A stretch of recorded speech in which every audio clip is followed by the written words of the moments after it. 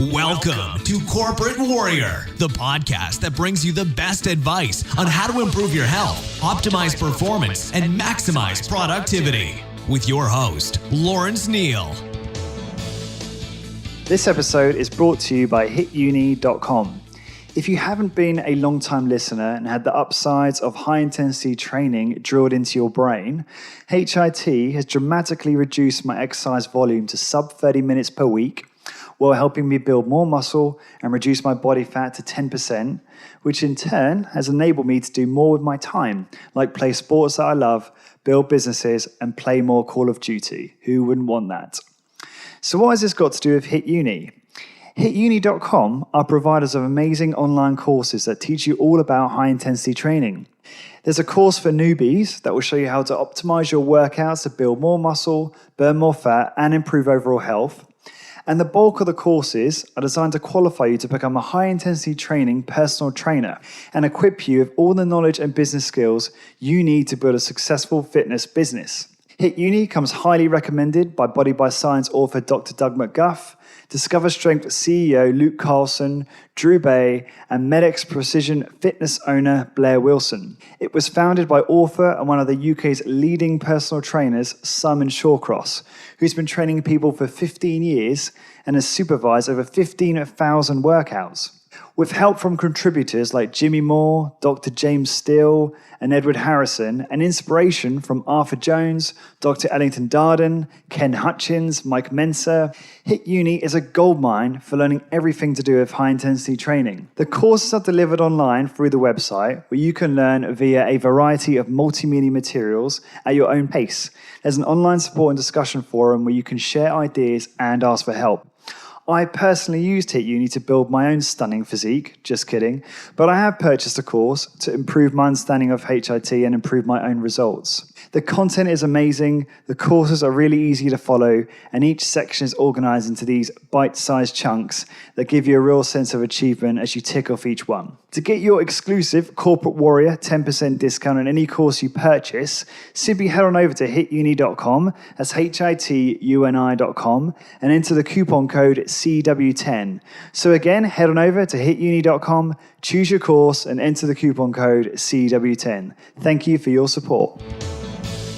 Hello, this is Lawrence Neal, and welcome to another episode of Corporate Warrior, the home of fitness, business, and lifestyle optimization, where I interview experts to tease out the health hacks, the time management techniques, morning routines, business philosophies, and more that you can apply in your own life for better results. Guests include New York Times best-selling authors, productivity pioneers, emergency room physicians, life hackers, digital nomads, highly successful entrepreneurs, veteran personal trainers, extreme endurance racers, and many, many more. Today's guest is the one and only Tom Church, aka Britain's Sexiest Man. What does that mean? Well, I'll come to that later. Tom is a true polymath, and his career is wild as much as it is varied. He's a blogger, a best-selling author and publisher, co-founder of a creative design group called Fullscreen UK. He's also the founder of one of London's largest networking organizations called London Startups. And more recently, he's been a suit tailor, become Britain's Sexiest Man, and co-founded a new business venture called latestdeals.co.uk. And get this, he's only 25 years old. Tom is one of those people I've known for a while through a mutual friend, and he's the type of guy that I've always found incredibly fascinating to listen to and always wanted to ask a bunch of questions that some might seem too personal and probably inappropriate outside of an interview setting. So very chuffed when he agreed to come onto the podcast so I could ask all these pent-up questions. He's one of the most interesting people I've ever met. He's a voracious learner and very passionate about experimenting with what he's learned and then sharing that with the world via his blog. He's one of the best I know also at executing ideas, rapid learning, and creating massive impacts very quickly and with very little effort. So, for example, in terms of PR, He figured out how to rank on Google for the keywords Britain's Sexiest Man, and then have that posted in almost every mainstream online media outlet you could possibly think of, including Lad Bible, Huffington Post, the Daily Express, the Daily Mail, the Mirror, the Metro, etc., etc. This interview was epic and one of my favorite to date on the subject of optimizing time and business and lifestyle. We kick off with the interview with Tom describing how he became Britain's Sexiest Man, exactly how he did it. We then transition into what is essentially a layman's guide on how to optimize your money management, like saving and investing and stuff like that, which is gold if you're like me and find this subject incredibly intimidating. Personally, I have never been able to get through a book on money without putting it down after reading about a few pages. So Tom's work truly liberated me in that regard. And then lastly, Tom goes into some practical personal development tactics and describes his own creative process. And there's tons of cool shit in between too. So for all the show notes and links, go to the usual place, corpwarrior.com. And I hope you guys freaking love this one, because I certainly did. So please relax, kick back, and enjoy this interview with Tom Church. Tom Church. Yeah, that's good. So I want to start off with this statement. You are the sexiest man in Britain. Can you explain to my audience why that is the case? Well, first of all, thank you very much for inviting me onto your podcast. Big fan. I really, really love it. Why am I Britain's Sexiest Man? The easiest way is if you Google it. So if you go onto Google right now, look on your phone, go onto the Google app, and you type in Sexiest Man in Britain or Britain's Sexiest Man, you will see my face about 10 times in a row. And that's both on the text search. So, you imagine the top 10 Google results. You will see lots of news articles saying Tom Church, Britain's Sexiest Man. And more comically, if you go to Google Images, you will see loads and loads of pictures of me on a boat on holiday holding a beer. And above David Beckham, above Robert Pattinson, above all of those annoying guys. But you also have rippling abs in that pic, I will add. It's from a while. It's from a better time. So is that still the case? So if I type it now in Images, you're still all over the place. Is that true? Yeah, have a look. Type it. I don't know whether you've got your computer. Well, obviously you have your computer. I'll take your word for it. I saw it the other day when you posted it on Facebook. It was pretty impressive. When you it's really funny, and it works in America and in the UK. So if you're in America, if you're a listener abroad across the pond, type it in and it'll also come up. So I'll tell you the story about it. Tell us how you did it. That is a Google hack or a Google trick. And I read this article about Google Images and how it was kind of a underutilized method of sort of online digital marketing. And I read this article, it was on Hacker News, and it explained, hey, there are loads and loads of free image hosting sites. And if you just Wikipedia search free hosting sites, it comes up with a big list of all these places. Flickr, Instagram, even Facebook itself is something called Dayviews, 500px, and they're all super SEO optimized, which means that you can upload a photo, name it whatever you want, and by and large, with a few little pushes and nudges, you can get it to come to the top of Google Images. So as a sort of, I have to go back a step. So why did I do it? So my girlfriend, in a moment of weakness, I texted my girlfriend asking her, hey, baby, who do you think is the sexiest man in the world? Or do you think I'm the sexiest man? She said no. What made you ask that question? Oh, it's just, I don't know, Lawrence. Just ego boosting, I'm not sure, or just looking for a compliment, but I didn't get one. She said, no, David Beckham is the sexiest man. So being a bit of a nerd, I thought, right, I'll show you. And so I uploaded a picture of myself onto about 20 of these free image hosting sites. I used something called Pingler, Pingler, which allows you to send Google a notification to say, hey, these pictures are uploaded, and that gets them indexed really fast. So if you Google search, a couple of pictures came up, and then the whole thing just went viral. Every newspaper, every magazine, every tech blog, they all wrote about it, as it's quite a funny story. how long did that take from start to finish? So from actually going, I'm going to do this, to actually reaping the rewards and seeing all of the images in Google? The uploading the picture, first of all, to all the sites and sending a notification to Google took 11 minutes. And I know that because I timed it. Really quick, really easy. Anyone can do it. Actually getting the first Google image result took quite a while. I'd say by the end of the week, I'd set up Google alerts and I got the first hit by the end of the week. So that told me, hey, Google has indexed this thing. And it started appearing on Google Images, I'd say maybe 7 or 8 days in. And then I wrote a blog post about it, how I had done it. And you could sort of think of this as a sort of meta hack. So that was an SEO hack to try and get my picture onto Google Images above other people. I then did a sort of PR push to try and get the media to write about it. So I wrote this blog post saying, here's how I tricked Google into becoming Britain's Sexiest Man. And I sent that to Lad Bible.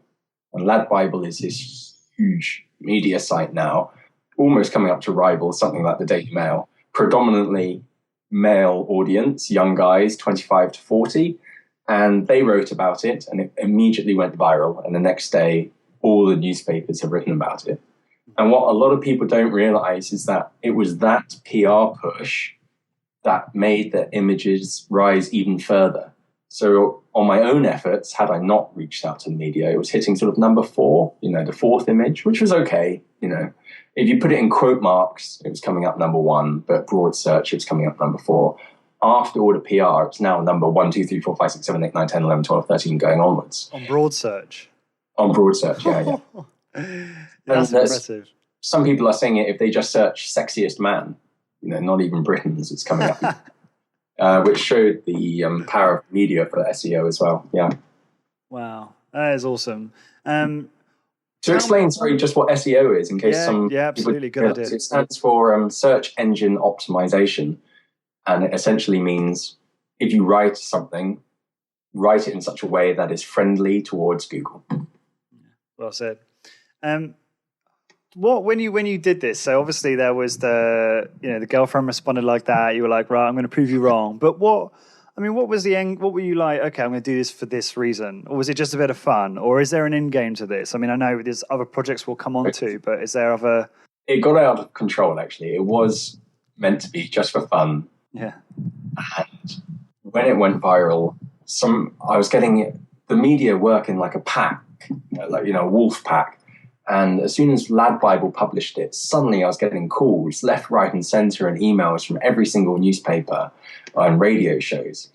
And some of my friends who work in the media were saying to me, hey, Tom, why aren't you doing more of the PR? Why aren't you accepting all of these interviews? And I could have done more. I could have done radio shows. I could have done more interviews. And by that point, and this is within a 24-hour wingspan, it stopped being fun. So at first it was like, this is just a practical joke. And then people started saying, but then you could be famous and then you could, make money from it or whatever. And that's not really why I did it. So at that point, I said no. Fair enough. So what's been, if you can give some like metrics on or not just like qualitative and quantitative outcomes of the experiment, what type of inbound you've had, questions, emails, that type of stuff. Sure. So it led to about 150,000 unique visitors to my site over the last sort of few weeks of that campaign. So I went and tracked that finally. I know we went to the pub recently and I said, don't track it. So it turns out that I logged in for the first time in about a year and it's this humongous peak. Amazing. And down. It led to about 3,000 new Facebook likes in about a 48-hour time span. As well as newsletter subscribers. I'm not sure how many newsletter subscribers. It led to a lot of people actually writing to me for job offers. So saying, hey, I'd love to pay you for SEO help. How can I do this for my business? How can I do this for my startup? I would love to become the world's sexiest man, etc., etc. How many of those did you get roughly? Between, I would say, 20 and 30. Wow, yeah. Solid, Yeah. Let's work together kind of thing. And what else? Anything else? Or is that the bulk of it? That's the bulk of it at the moment, I think. It's definitely died down. There's still some people coming on board now, sending me messages saying, this is fantastic. I'm going to try it from my country, from abroad, because it seems to be just like this little thing that's going around the world, country to country. What does your girlfriend think? So I asked her afterwards, who do you think is the sexiest man now, huh? And she said, I'll Google it. Wee, brilliant. I love it. No, it's very impressive. Are you planning on doing any more stunts like this in the near future at all? And if so, can you divulge, or are they all secret? I've thought about a few things, one of which is potentially just maybe not Google hacks, but for some reason, I've always had this weird interest in changing my name to something ridiculous like Baron or Lord or Duke, or something quite sinister and yet noble at the same time. So that's a little thing I've been thinking about, and it turns out it's really easy to change your title deeds. Oh dear, excuse me. Let me hang up, girlfriend. She won't be happy, and turn off my phone as well. So I've been thinking about changing title deeds, and it turns out that's really easy to do. Yeah. All you have to do is print a form, write it, have a witness. If you want to change your passport or driver's license, obviously you have to pay to get those new things. But by and large, you can do it. However, they're a little bit no to things such as Lord or whatever it is. Okay, interesting. But you could change your name to Sexiest Man. That would be completely legal, and you could have your passport. So when they read it to you, they could say, what's your name? Lawrence Sexiest Man. Or God. I thought about changing my name to God. I definitely think the latter would be appropriate. What about the fact that maybe you just don't want to do that, right? Because you like your name as it is, I assume. Of course.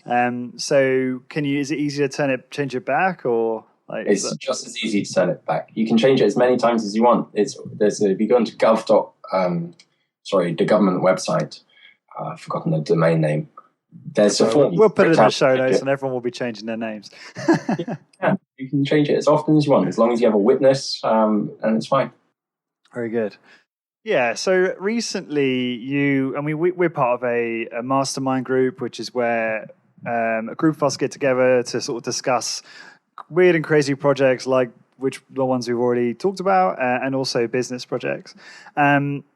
Just the other day you posted a post with an ingenious Chrome extension you'd modified or built to filter out Brexit content, because I'm assuming you were just sick of all the content on Facebook talking about Brexit, be it for or against. And I just thought to myself, what makes you think of this stuff? How do you? So that's for me, that's like a project. It's a small project, but it's still a project. It still takes time. Whereas maybe Sexiest Man in Britain or Britain's Sexiest Man was slightly bigger project, or it turned into a bigger project when you had to do all the PR stuff. Mm-hmm. Now, how is it that you decide on your next project? What are the factors or things going on in your life that determine what you're going to do next? So going on to that Brexit filter, which people can find if they just Google Tom Church Brexit filter, that was actually quite a short project, probably just as long as the Britain's Sexiest Man thing, in maybe an hour or 2 hours. And if any listeners are from America, there's one that exists called Trump Filter. You go to trumpfilter.com and you can install the Google Chrome extension, and it will block any news article that mentions Donald Trump. If you're sick of Trump, you can wipe him off the internet. Brilliant. And that is an open source project, which means that anyone can edit it and redo it as long as they attribute the creator. Now, I'm going to be really disrespectful now and forget the name of the creator. However, so when I did it, I forked the project on GitHub, which is the platform where you keep these codes, and I just edited it. So all I did actually is I didn't code it from scratch.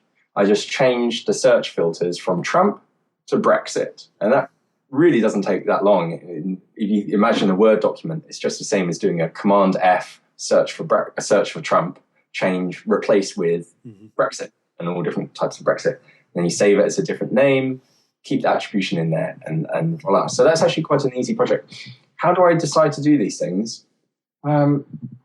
if you had asked me that question about a month ago, I would have given you answers which had a lot of sort of reason and factors, and maybe have sounded very strategic, as if they were all part of some global plan. However, I recently read a book called The Black Swan by Nassim Taleb. I don't know whether you've heard of that. I have, but I haven't read it.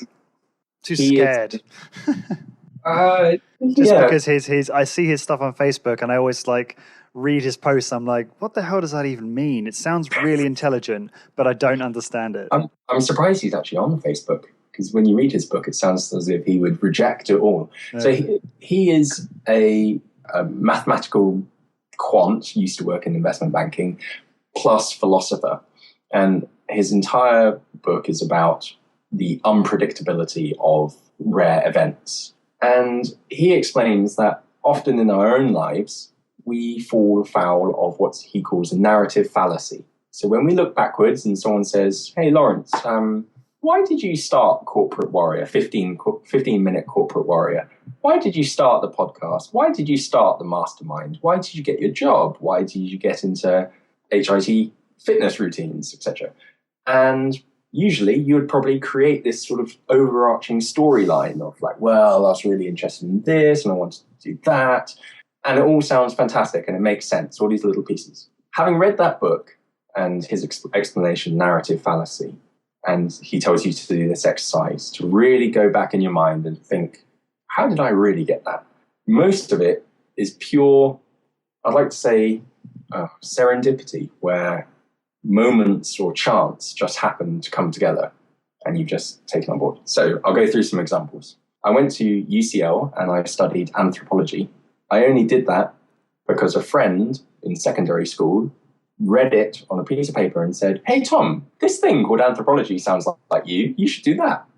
I was like, okay, sure. And I did it. I then got a graduate job after university at a PR communications firm, only because during university, I was working at an acupuncture health practice, and the director of that firm was having acupuncture done. And she said to me, oh, what are you planning on doing after university? And I said, oh, I'm looking at PR. And she kind of goes blank face. And she said, you're kidding. That's what I do. So it turned out that she was the director of this firm. I'd never heard of it. She told me about the firm. So I applied and I got a job there. It's just random. Then I did the job. Turned out it was very long hours, very low pay. I didn't really like it. That in itself is quite random. And that made me think, oh, man, I really don't think this whole corporate lifestyle is for me. I think I want to quit. And so I started sniffing around for other things. We haven't really gone on to it yet. So your listeners know right now I'm actually a suit tailor.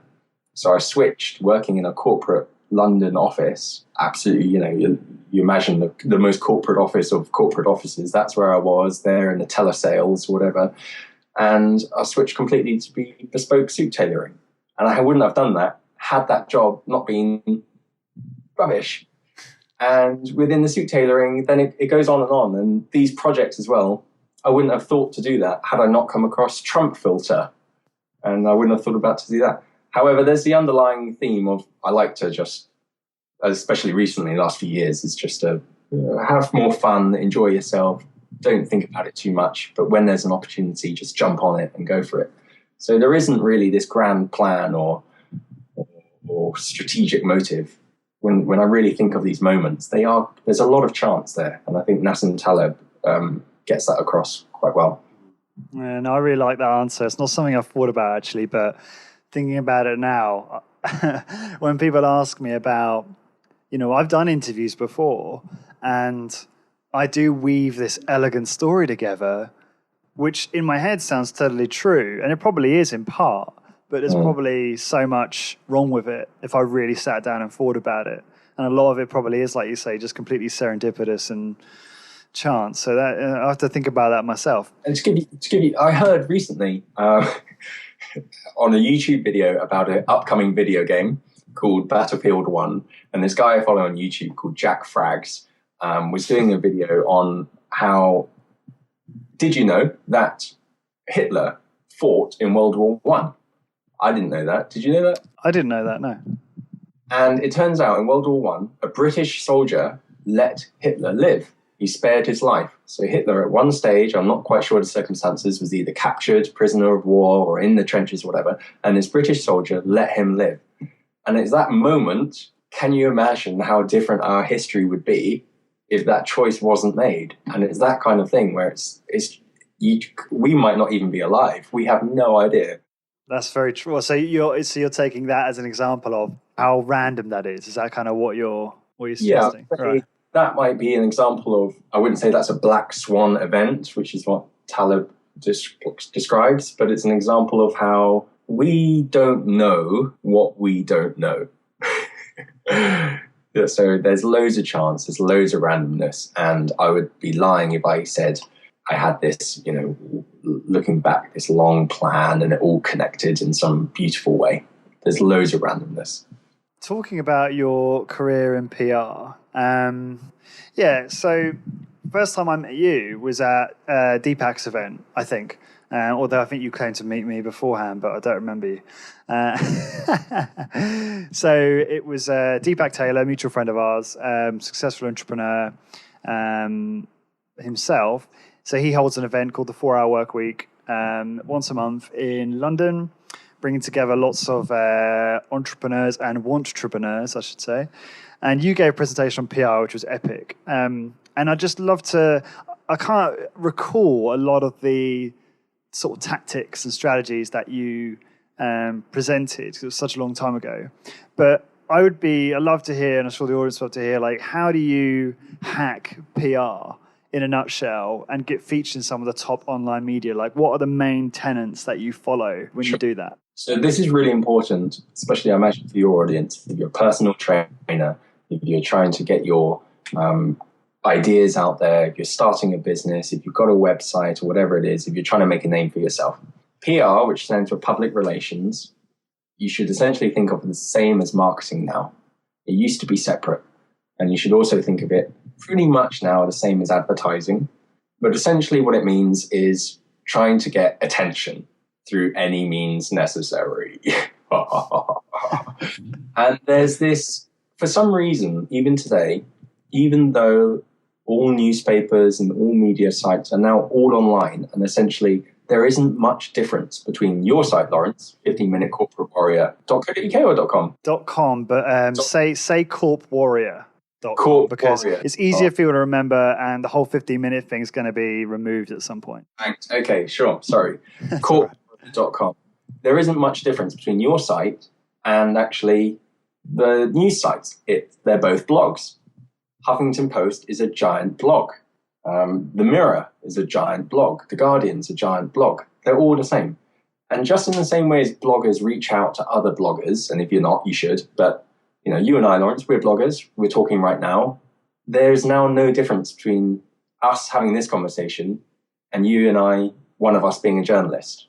It's now all the same. However, in our heads, in people's heads, there's this huge journalists and the news and the media are put on this giant throne, and people are scared to reach out to them. So you have your business, you have your idea, and you're too timid to go to the journalist. And I think the biggest problem is simply that you don't think you're good enough.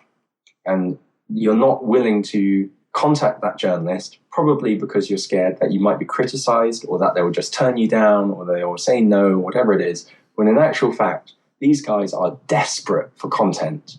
These guys now have something like Forbes, something like Inc., what else is there? Business Insider, these American titles. The journalists are now judged on their page views, and they get paid for their page views. So they're desperate to produce as much content as possible. People like the Daily Mail, some of the journalists I know there have a target of 13 articles a day. And the Daily Mail creates long articles. People can say whatever they want about it, that it's trash, that it's, boobs and ass, that it's all about money, sex and drugs. But really, they create 1,000 word long posts every single time with pictures, SEO optimized, multiple headlines, etc., etc. Just on that, are journalists in that sense, you said they're compensated on page views. Are they also compensated on other metrics like bounce rate and, how long obviously people are actually viewing the articles for? Because surely if they get a ton of page views, but they're just bouncing off the page, the content's not that great. So Yes and no. It depends on the journalist. Some might not be judged like this at all. For example, the BBC. No one at the BBC has page view targets. It depends on the media outlet and their advertising, because some media outlets get paid per impression that an advert is displayed. So if an advert's on their site, let's imagine GQ, this is an example, they all get paid 0.001p every time their advert is seen. Not clicked on, but seen. So all they need to do is get that page to load, because the load equals 0.001p.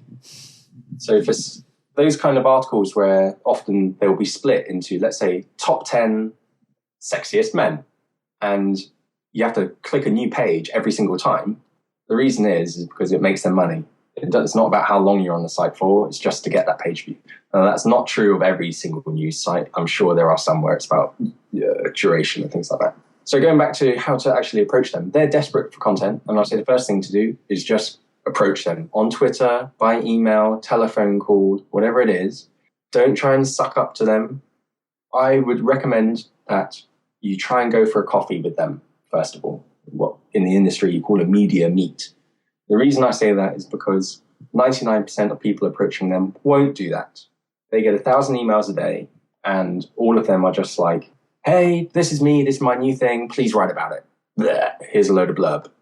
And honestly, about 1,000 of these a day. Of those 1,000, maybe one says, hi, I'm Lawrence, I'm working on this new project. I would love to get your feedback and share some thoughts, as I'm really interested in what you've done. Would it be possible to come to your office next Thursday and have a coffee with you? And usually they say yes, because they're human beings. They really like it. They love meeting new people, especially if you're in that space. So I can share, actually, if we do it on the show notes, I could share a template that I sent recently to a journalist who was the personal finance editor of The Independent and then went on to be at the BBC and does TV shows and things. And I could share the exact email that I sent him. That'd be great. And he says yes to. So first of all, I'd say build a long-term relationship with these guys. So you go meet them, you have coffee, and you ask for genuine feedback. You say, what do you think? But at that meeting, what's important is to ask what works for you. So every journalist has their own style. Some, if they work in a place where they do have to write 20 articles a day, they might say, I just want you to write the perfect press release that I can copy and paste and put my name on it. And that happens. So you've got to read their articles, you've got to get a flavor of how they write, and then you've got to write your own article in their style. And the best press release, or the best thing you could ever send them, is something they could copy word for word and paste. Sure. So going back to the example of Britain's Sexiest Man, and I said that I PR'd that a bit. So I wrote an article as if I was a journalist at Lad Bible. So I wrote it in the style of Lad Bible, and I sent it to them. Equally, I wrote a different article for every single news site. So I wrote an article for the Mirror, for the Daily Mail, for the Sun, for the Evening Standard, for the Metro, I think Daily Sport. And I wrote them all in different ways, so that when those journalists approached me, I said, sure, here you go, bing. And I'll say about 3 out of 5 copied it word for word and just pasted it with my pictures that I had attached. And in the article, I put, and I can share this with you as well, I put in brackets, suggestion, insert this picture here. Suggestion, insert this video here. And by and large, they did it, because it makes their job easy. Can you imagine? You're sitting there, you're being paid, and some guy's essentially doing their job for you. However, of course, it's kind of weird. You have to write about yourself in third person. So I'm writing, Tom Church, blogger from London, has done this thing. And you've got to write it as if you're a journalist, which is an interesting exercise in itself.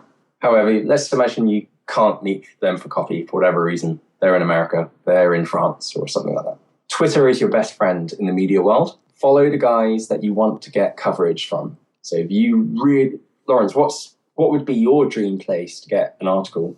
Let's say it's about your fitness stuff, or one of your books, or to get your podcast listed or something like that. What would be the dream place you would love to see your face and your name and your article? That's a really good question, because I don't know if I'd want to be featured on something like Bodybuildingcom, because I'm not sure if I have an ethical issue with that, because I feel like I don't feel like a lot of the stuff on a big website like that is legit. And I've already been fortunate enough to be shared by a lot of the thought leaders in the high intensity training space. So I've had, the likes of Drew Bay and Bay.com. He's got the #1 site for high intensity training on the internet.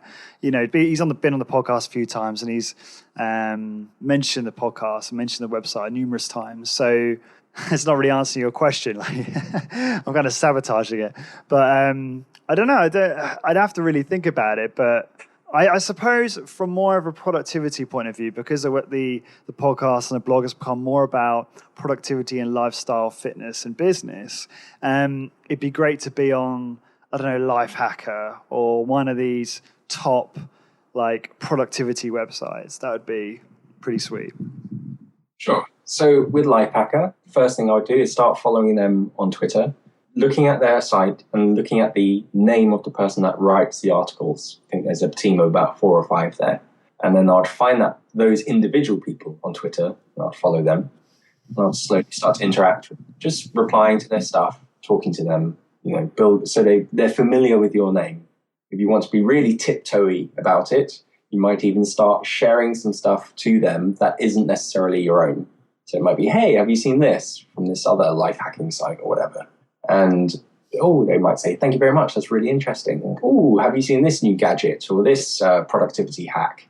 And they say, thank you very much. You can build a relationship that way. It's a very long-term game if you do that. It's a little bit, you might as well go for the shotgun approach of just sending them the coffee request. You might ask them, I'd love to send you an email. Please, can you share your email address? You might give them a telephone call, completely direct. Best way to do that is to look at the bottom of the site. Usually they have a telephone number for advertisers. If advertisers want to get in touch because they want your money, if you're an advertiser, just call that number, say, hi, sorry, I meant to call editorial. Please, can you put me through? And I'll put you through to the editorial department. The guys actually write it, and you can speak to someone on the phone. And I'll just go about it that way, but wouldn't create some master plan. This is the issue with a lot of these things, is that when people have the goal, I want to be on Lifehacker, they go, right, what's this big, long list of stuff I need to do? So what often happens is people create this master plan where they think, I've got to do this, I've got to do this, I've got to do that. And all of a sudden, sounds like a lot of work, and you're put off. You never actually approach Lifehacker. You never do anything. I read this article recently, which is brilliant. Google it. It's called The One Mind Hack That Will Change Your Life. Something cheesy like that. And it says, don't create a plan. Just do the first step. Just think, what is the first thing I need to do? And in this example, it would be follow the journalist at Lifehacker. I love it. Just start doing. And in Deepak's workshop, it was a long workshop, and there's loads of stuff you can go into and things like that. But I would say just start with that. Just and don't build it up in your head too much. Good stuff. Okay. Right. Let's get on to some finance-related things. Woohoo! So you recently published a fantastic book called Money's Biggest Secret, and I loved it. Oh, there it is. There it is, Yeah. everybody. Do you know what? Plugging it at its best. So, do you know what? I've lent it to my colleague at work because she's probably too stingy to buy it. She probably won't. Right. Sorry? Thank you very much. I appreciate anyone reading it. You're most welcome. And I did that because obviously I found an enormous amount of value from it. And she's just started and she's loving it. And she loved the tea analogy, which I think you used quite well. So anyway, enough sort of what's the word I'm looking for? Brown nosing, whatever it is. Nice. Yes, yeah, being nice. That's it. So can you do us a favor and just describe what the book is about and why you wrote it? Sure. So Money's Big Secret teaches you 2 things, essentially, how to save more money and how to make more money. Sounds very cheesy, sounds like it's been done before. What Money's Big Secret does differently is that it looks at the history of money. So I read dozens and dozens and dozens of books, spoke to dozens and dozens and dozens of people, and looked at how money has evolved over time, over 2,000 years. Looking at when money first started and the theories of money as well. And 2 things come out of that. The first thing is that the way we think about money is wrong. Most people think money was created to facilitate trade and exchange. So Adam Smith, the sort of inventor of economics, he had this theory, and he said that before money was around, before we had coins or notes, people used to barter for things. So, Lawrence, I would love a haircut, please. And you would say, Tom, I would love to give you a haircut in exchange for a pig. So I have to go and find a pig to get my haircut. In order to get the pig, I go up to the pig farm and I go, hey man, I'd love a pig. And he says, I'll give you a pig in exchange for 2 loaves of bread. And this is how it works. Very cumbersome. However, if you think about it, it doesn't really make sense, does it? I mean, to really live like that, changing a pig for 2 loaves of bread, for 2 loaves of bread, for a haircut, for a wife, or something like that. You know, it doesn't make sense.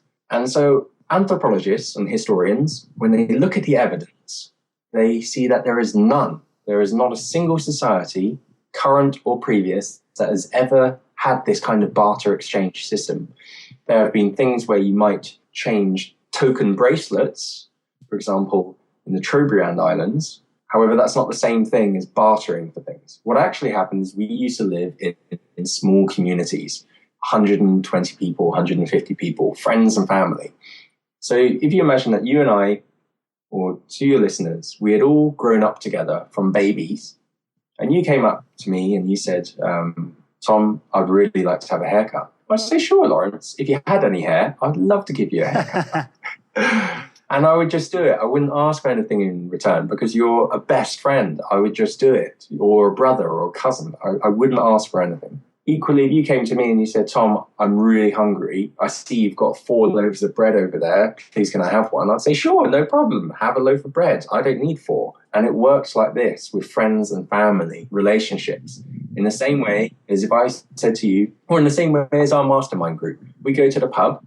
We don't charge each other for our time or for our advice. We just do that as friends. Or if we buy a round of drinks, we just do it. Or if someone says, hey, please, can you pass the salt? I don't go, oh, that's 0.02p of my time and effort. I'm not going to pass you the salt. You just do it. Now, that worked up until the point that societies grew too big. So when they're small, we can keep track of all these little things. David over there is married to Chantel, who's the niece of the granduncle Philip, etc., etc. Lawrence has come over for dinner 10 times this month. I've had breakfast at his 12 times. I owe him a little bit more. You can keep track of it quite easily. When societies grew and suddenly we found ourselves in villages and towns where other towns were being connected, it became hard to keep track of all this debt. And what the historical evidence suggests is that actually money came about to keep track of debt, not as an exchange of barter or trade. And so the first sort of bits of money are tablets where you tick off like a tally, and it would say, I've created X amount of wheat or barley and I've traded that. And money actually is a form of debt, and you're trading that debt around. So everyone borrows money from each other. We all owe money to each other.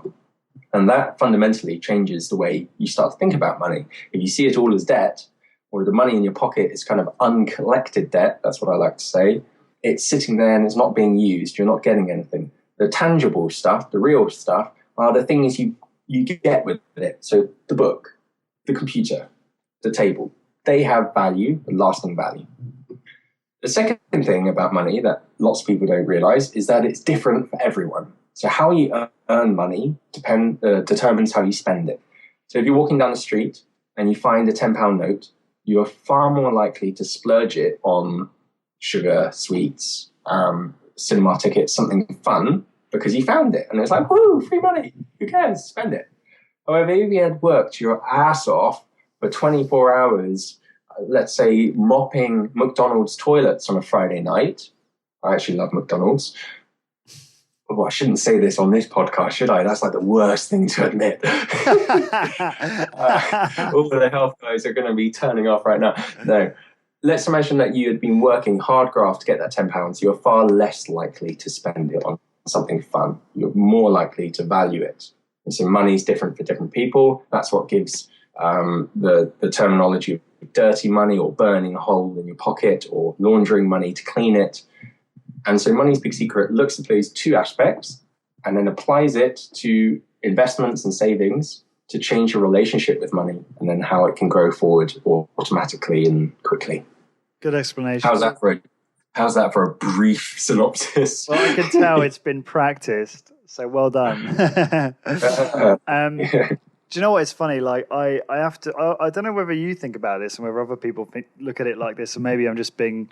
Maybe I have too much money, although I doubt that very much. But I look at physical money now, and I sometimes think I find a tenner in my wallet, and I'm like, oh, free money, because I think of the value of my net worth as the money in my bank account, right? And I mean, I don't know about you, but I hardly ever use cash these days. It's everything is via card or electronic or whatever. So yeah, I just remember it's really interesting you say that. So I did a case study with a lady called Diane from Yorkshire, and where we got rid of her cards, took out her cards out of her purse and put them in the drawer, closed the drawer. She wasn't allowed to touch them. She had to change it all to cash. So for the month, she took out a lump sum in cash, and she had to only spend with cash.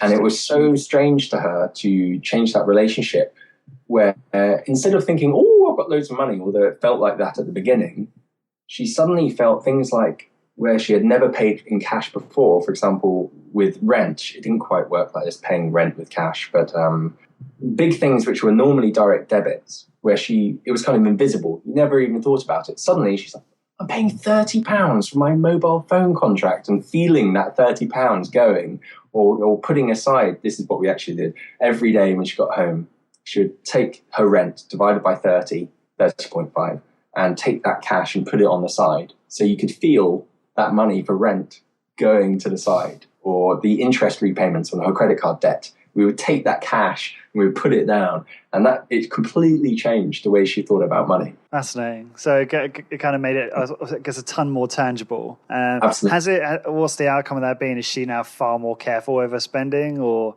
has she reduced her spending a lot?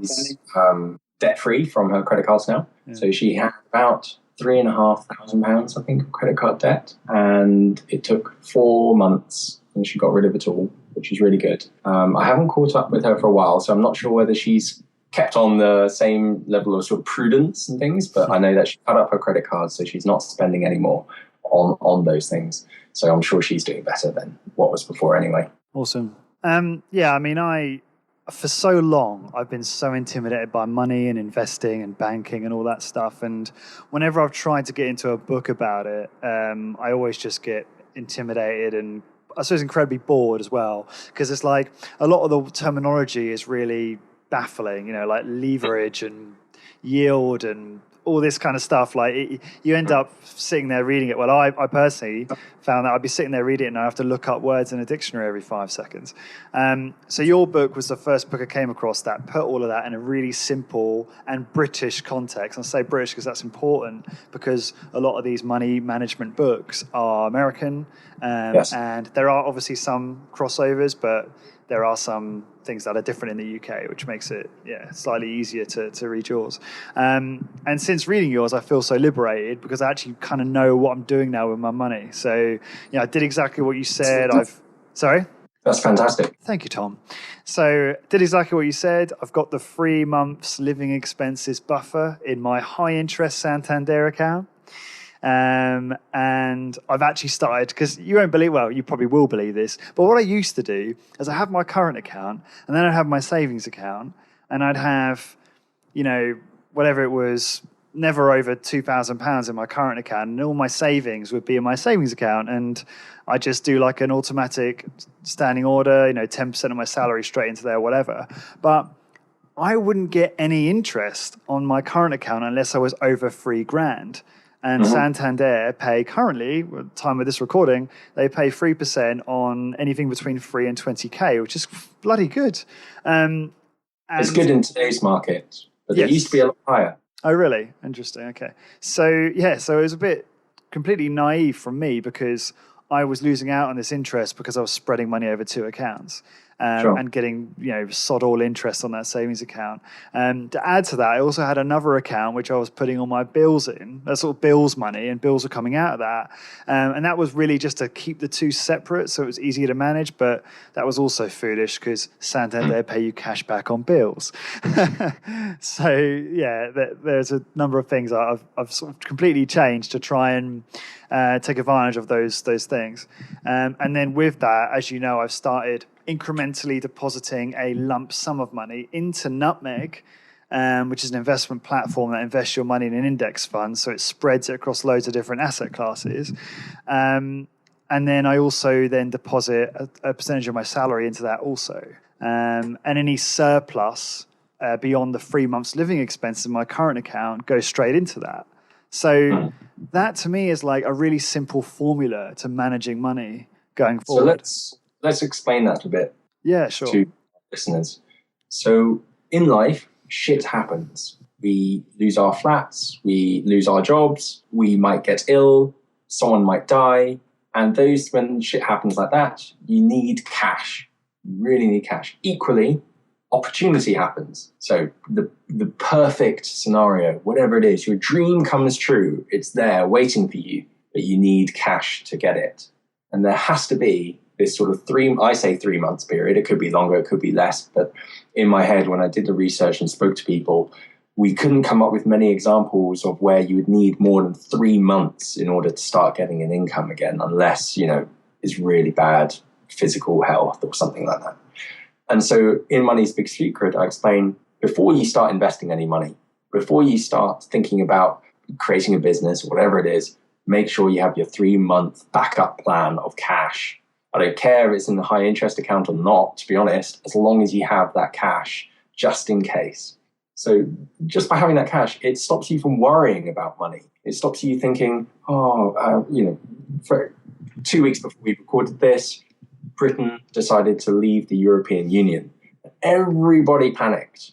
Well, guess what, Lawrence? If you've got 3 months of living expenses, you know that if we do end up leaving the European Union and you get fired tomorrow, you can survive for at least 3 months to get another job, to leave the country or whatever. You can survive. Most people can't. Most people don't even have 1 month living expenses. The first thing I say is hold cash. Nutmeg.com is one of 2 things I recommended for investment. So once you've got your stockpile of cash hidden under the mattress, the next thing to do is to start investing, because the way to make money is to start early and invest steadily over time and let it grow, because money grows faster and faster with time, compound interest. And Nutmeg is the easiest way to do that in the UK. It's a really super simple platform, and it's just as easy as signing up to Spotify or Netflix or whatever. How long did it take you before you actually started, to get it set up? Less than half an hour. Really easy. Yeah, probably much less than that, but I can't quite remember how long it took. Just before you go on, and this is great because you're right, this is really important that we define these things for the listeners, because if they were like me, then they'd have absolutely no idea what I said just now. Did you quote Einstein in Money's Biggest Secret? Because his quote about, he talks about compound. I can't remember. He says, I'll put it in the show notes, but there's a quote about how compound interest is like the 8th wonder of the world or the 9th wonder of the world or something like that, which I now understand and can appreciate. Did you use that quote, but you're familiar with it? I think it is in there. I'll have to check, but that's the thing about. Okay, sorry, go on. You were saying. So let's talk about compound interest, because a lot of people sort of bow down to it as if it's some magical thing. And there's a lot of money books that over-exaggerate compound interest. It's not something that's going to make you millions within years. Money's Big Secret talks about a 30 to 40 year time span, not wingspan, time span this time.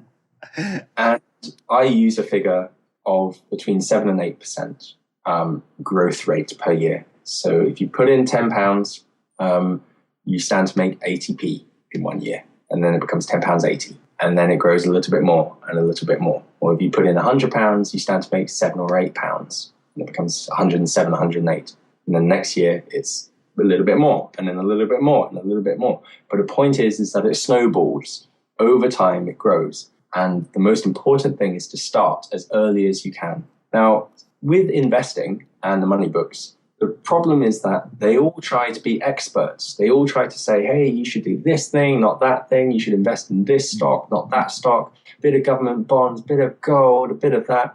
And when you go through the evidence and you go through the past history, and if you follow what they say, by and large, they nearly all lose money or go bankrupt. These experts, in inverted quotes, especially those in the media, especially the guys that are saying these are hot stocks, these are the ones you should buy, these are the ones you should sell. If you follow their advice, and if they follow their own advice, most of them lose money. And the reason my book is a lot of people are finding it very simple is because I take that out of the equation. I say, I'm going to put up my hands. I don't know anything. I'm not an expert. I'm not an investment banker. I don't know anything. And neither do the experts. And if we don't know anything, then what should we do? We should take the scattergun approach. Instead of just investing in one thing, we're going to diversify our risk and invest in everything, which is called an index fund. So instead of saying, you know what, I really think Tesco's going down, but I think Tesco's going to come back up. So I'm going to invest in Tesco now when it's cheap, and then hopefully it'll come back up. Because who knows? Maybe it will, maybe it won't. It's too much risk. So what I advocate is an approach of, well, I'm going to invest in Tesco, but I'm also going to invest in all the other supermarkets, as well as all the other banks, as well as all the other sectors in the UK. In fact, I'm going to invest in every single UK company so that if one goes down, it doesn't matter because my eggs are in many baskets. And in fact, I'm not just going to invest in the UK, I'm going to invest in the world. I'm going to invest in America, I'm going to invest in Japan, I'm going to invest in Brazil, Russia, and China to very different degrees. And you do that with what's called index funds. So your money gets automatically diversified into all these different things. And Nutmeg, going back to that, is the easiest way to do that. And they do it automatically. So you sign up, you say, I want to put in £500. You've got to put in £500 initial deposit, plus £100 minimum every month until you reach £5,000 in total, at which point you can invest as much or as little as you want. Or you can do it via hargreaveslansdown.com. And then through that, you can choose a fund called the Vanguard Life Strategy Fund, which is what I do. And I use the Vanguard Life Strategy 80% equity fund. And let's make sure we put this in the show notes because it gets a little bit technical. Of course. And you set up a monthly income. So you put that in there. So every month you're investing £500 or less or whatever it is into there, and you let it grow over time. And what that means is that you can forget about it. So I was really happy recently, and I think you saw this on Facebook, because Money's Big Secret had its first big test, and that was with Brexit. So when Brexit was announced, the whole world went into turmoil, especially the UK. Markets tanked. Loads of money was lost. Readers who had followed Money's Big Secret's advice didn't lose money. They actually grew their money just a teeny tiny bit. But the most important thing is not to lose money. So that was its first big test. It passed. Fantastic. And hopefully going forward, it will continue to do so. Well, the Footsie's already... It's breaking records, isn't it? It's the highest it's been since 2011. So, Ralph and I, Ralph's obviously a mutual friend and very close friend of mine. Both of us saw portfolio growth over the last, we've only just started investing, so very quickly over the last few days, which is all. However, yes, the Footsie might be high, but the point is to ignore it, because tomorrow we might wake up and it'll be the record low. We have no idea. Yeah. And it's important to say at these points that your money can go up and down. Capital is at risk, and you should seek professional financial advice before taking any decision. Very wise advice there, Tom.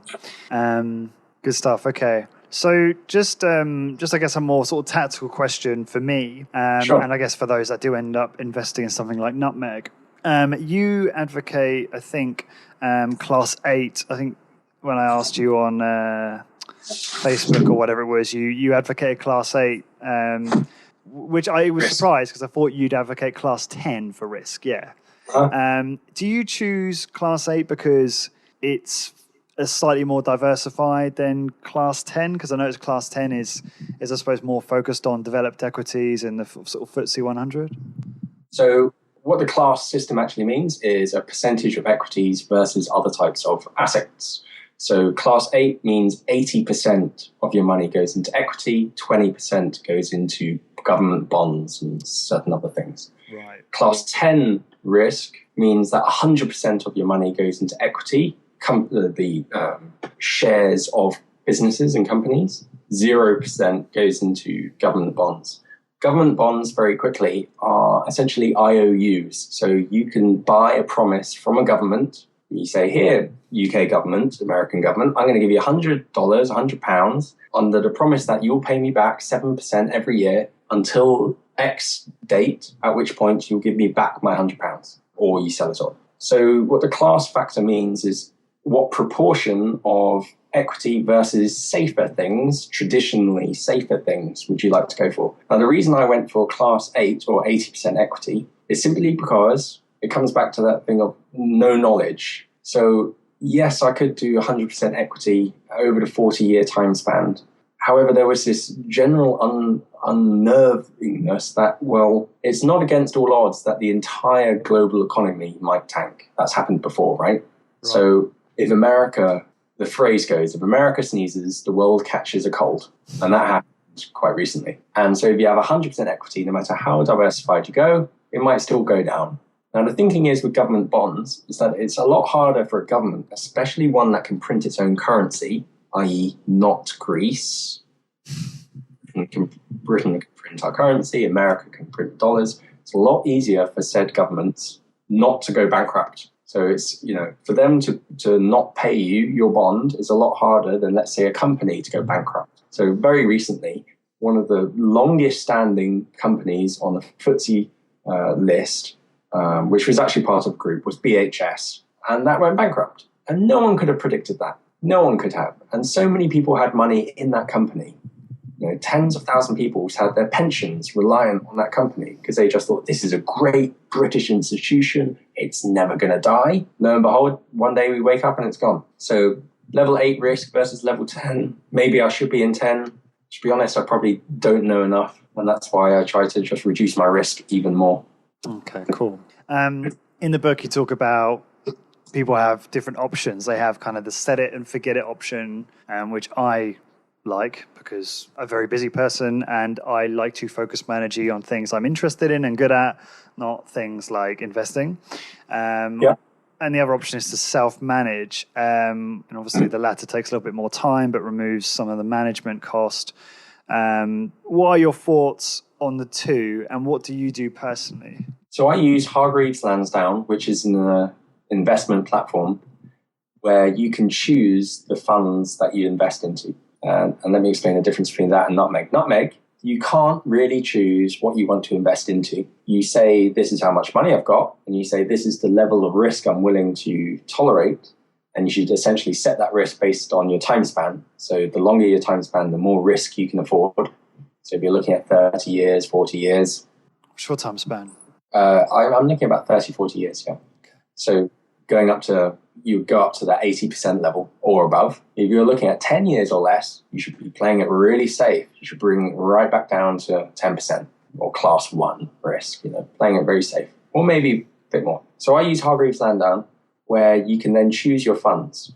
And the reason I do that is, one, because I learned about Nutmeg after I had done Hargreaves Lansdown to start with, and also a little bit about fees. So fees are a really important thing to take into consideration. I like to tinker around, which is also another reason why I like to use a bit more hands-on approach, because I can experiment with things. But Hargreaves Lansdown charges, or with the Vanguard Life Strategy Fund, charges a little bit less every year. So with Nutmeg, they charge you 0.9% there or thereabouts for the first £5,000 you invest. They reduce that fee after you've invested £5,000 to about 0.3 something percent. The Vanguard Life Strategy Fund on Hargreaves Lansdown charges 0.2%. Now, you might think we're talking about tiny numbers. Who cares? But let me run through a numerical example. Say that you save £500 a month for 30 years. So every month you're investing £500 a month for 30 years, and it grows 7% year on year.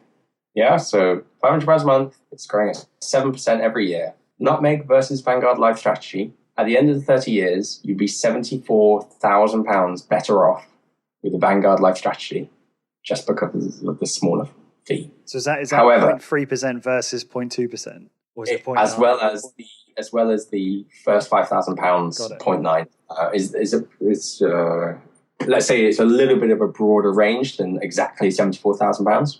And that is not a determinate promise, because we will never know actually the exact amount, because Nutmeg will not do exactly as well as Vanguard Life Strategy does. One will do better than the other. We have no idea which one. They are very, very similar. So you should hope that it's pretty much the same. There's no reason why not. So I was going through a numerical example of fees. And in the book, I say something. A 1% fee equals 20% less money over 30 years. So if you say £500 a month for 30 years, it's 7%. In terms of your money grows 7% every year for 30 years. But you were charged a 1% management fee, that would reduce your money by 20%, roughly. It's actually about 17 point something percent. But it's easier to remember. 1% fee equals 20% less money over 30 years. Wow. So small numbers add up to a lot. However, Nutmeg is so easy that I think it's actually worth that amount of money.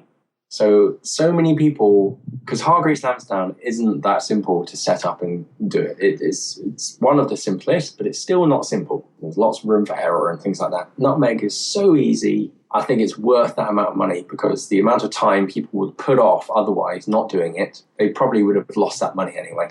Yeah, that's a good point. Do you think, you mentioned earlier, just before we got cut off, that, who knows which company is technically better at investing?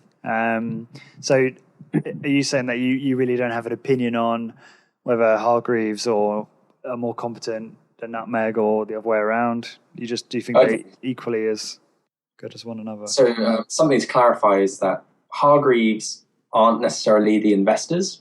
So you should think of them more as a technology platform that you make the decisions on. And Nutmeg, they are investors. So they do choose what your money goes into.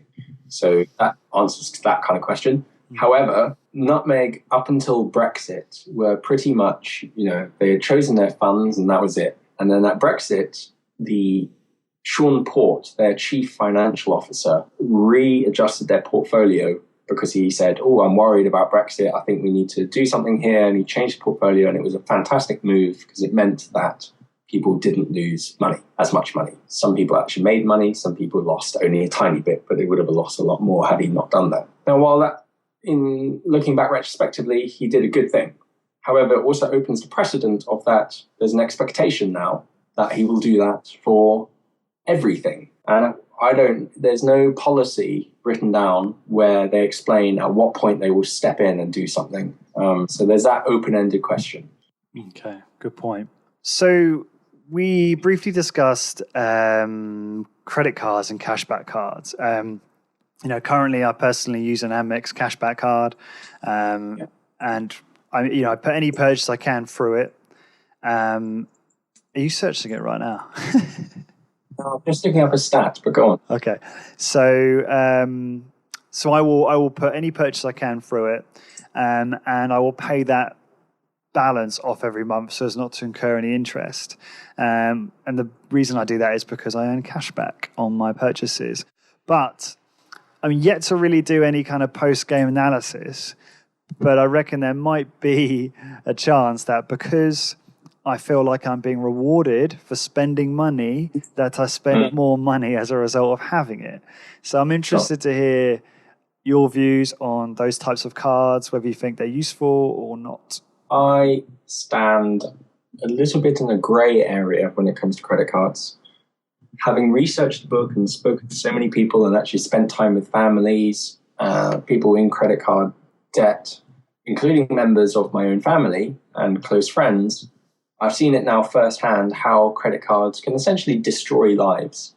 And I feel really uneasy about them, and which is part of why I did not recommend them or talk about them much at all in Money's Big Secret. Credit cards are, I feel, a little bit like handing a toddler a gun.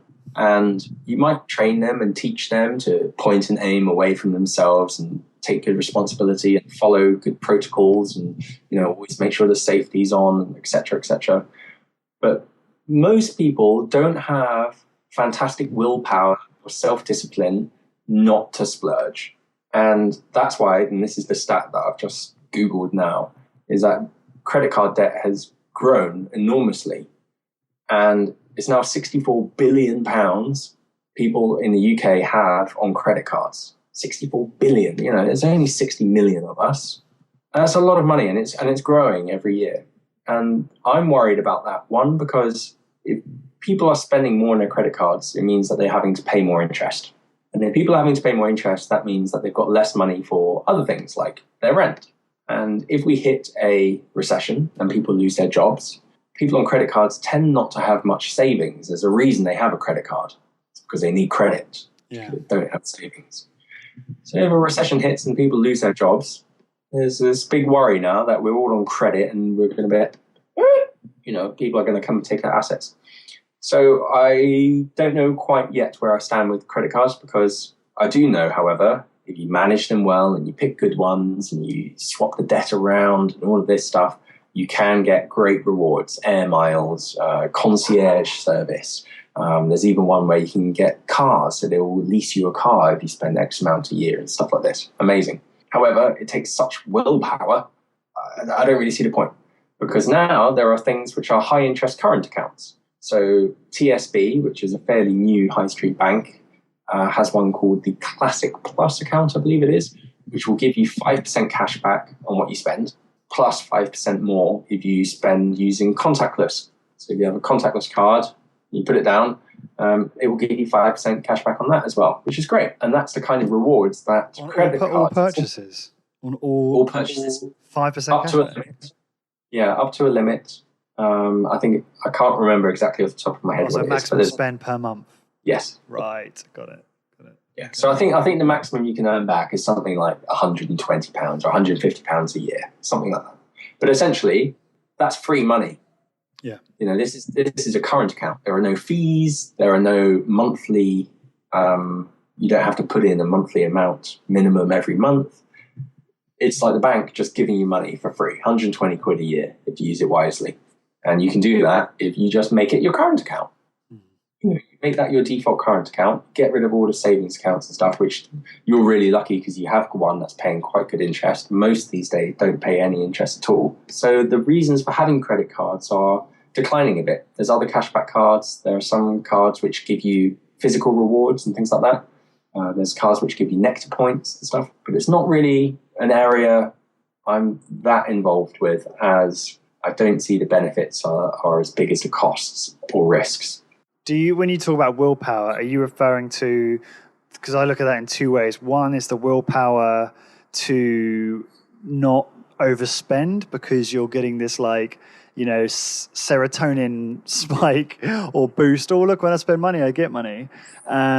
Or is it the willpower not to get in a ton of debt, or both? A little bit of both, I'd say. The not having a credit card. So I don't have a credit card at all. Right. And what that means is I don't even have the option. So if I don't have money and I really want that thing, I just don't have the option. I can't get it. I'll have to walk on. It's not even a thought. If I had a credit card and I used it fairly regularly for things, and I saw that thing and it was slightly beyond my budget, but I thought, I might be getting a bonus at the end of the month. Suddenly there's that choice. And then I'll do that pros and cons thing. And just having that choice there increases the risk. And I think it's about the willpower of making the right choices consistently. That's what, I'm really bad at that. I'm really bad at consistent, good choices. That's interesting. I'm just reflecting on my own spending habits, and I feel like, my spending habits are way, way better than they used to be. At one point, I think my monthly spend on alcohol was more than my rent. It's embarrassing to say. Certainly at the start of my career. And, if I look at my spending habits now, I don't really have a problem with overspending or sort of fighting with willpower, I really want that car, I really want that gadget. I feel like I'm pretty good at that. And if I look at my balance, it's normally stuff that I consider, and maybe this is me fooling myself, an investment. If it's, for instance, like healthier food, for example. Yeah, so when I buy things now, I think my purchase decisions are far smarter. And generally my expensive, I guess some of my bigger purchases these days are like healthier food choices, for instance. I very rarely buy like luxuries for myself. So maybe I'm an anomaly in that sense, in that I don't find like I struggle with trying to reduce my spend on luxury. So maybe things like credit cards aren't so risky for someone like me. But I'd actually challenge you on that one. Oh yeah. Because it's all relative. And in Money's Big Secret, I introduced something called the 330 Money Diet. And that was after I read this story in The Guardian about a single mum, who had a family of, 4 kids, and her, so that's 5. 5 people. And she was feeding them on £40 a week. And I was like, wow, £40 a week for 5 mouths. That's 15 meals a week. That's a lot. I spend £40 a week on food for myself, I think. And so I started thinking of like, wow, well, if that's possible, and it was a very sad story, it's all about her struggle. But I looked at the flip side of like, wow, she's surviving, you can do this. So I thought, well, what if you make that a thing? So I started experimenting with, well, let's strip everything back. What's the minimum you can spend? And so I introduced the 330 Money Diet, which is £30 a week for 3 weeks on everything except rent, bills, and commuting. So apart from the essentials, you've only got £30 a week for 3 weeks. And you say now, like, you think you're quite good at not spending on luxuries. Try that and then let me know, because it's not impossible. It really isn't impossible, but it does change the way you think about how much things cost. Interesting.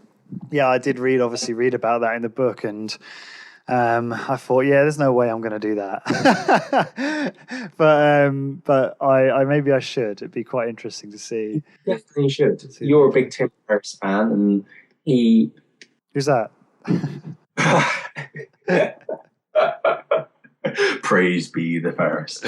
Yes, I am. He talks about a letter from Seneca, which is all about practicing poverty, and I took that to heart quite a lot. And it's about accepting your fear. So most people are really scared when they think about it of where's their next meal going to come from. There's a saying that war is only 7 meals away.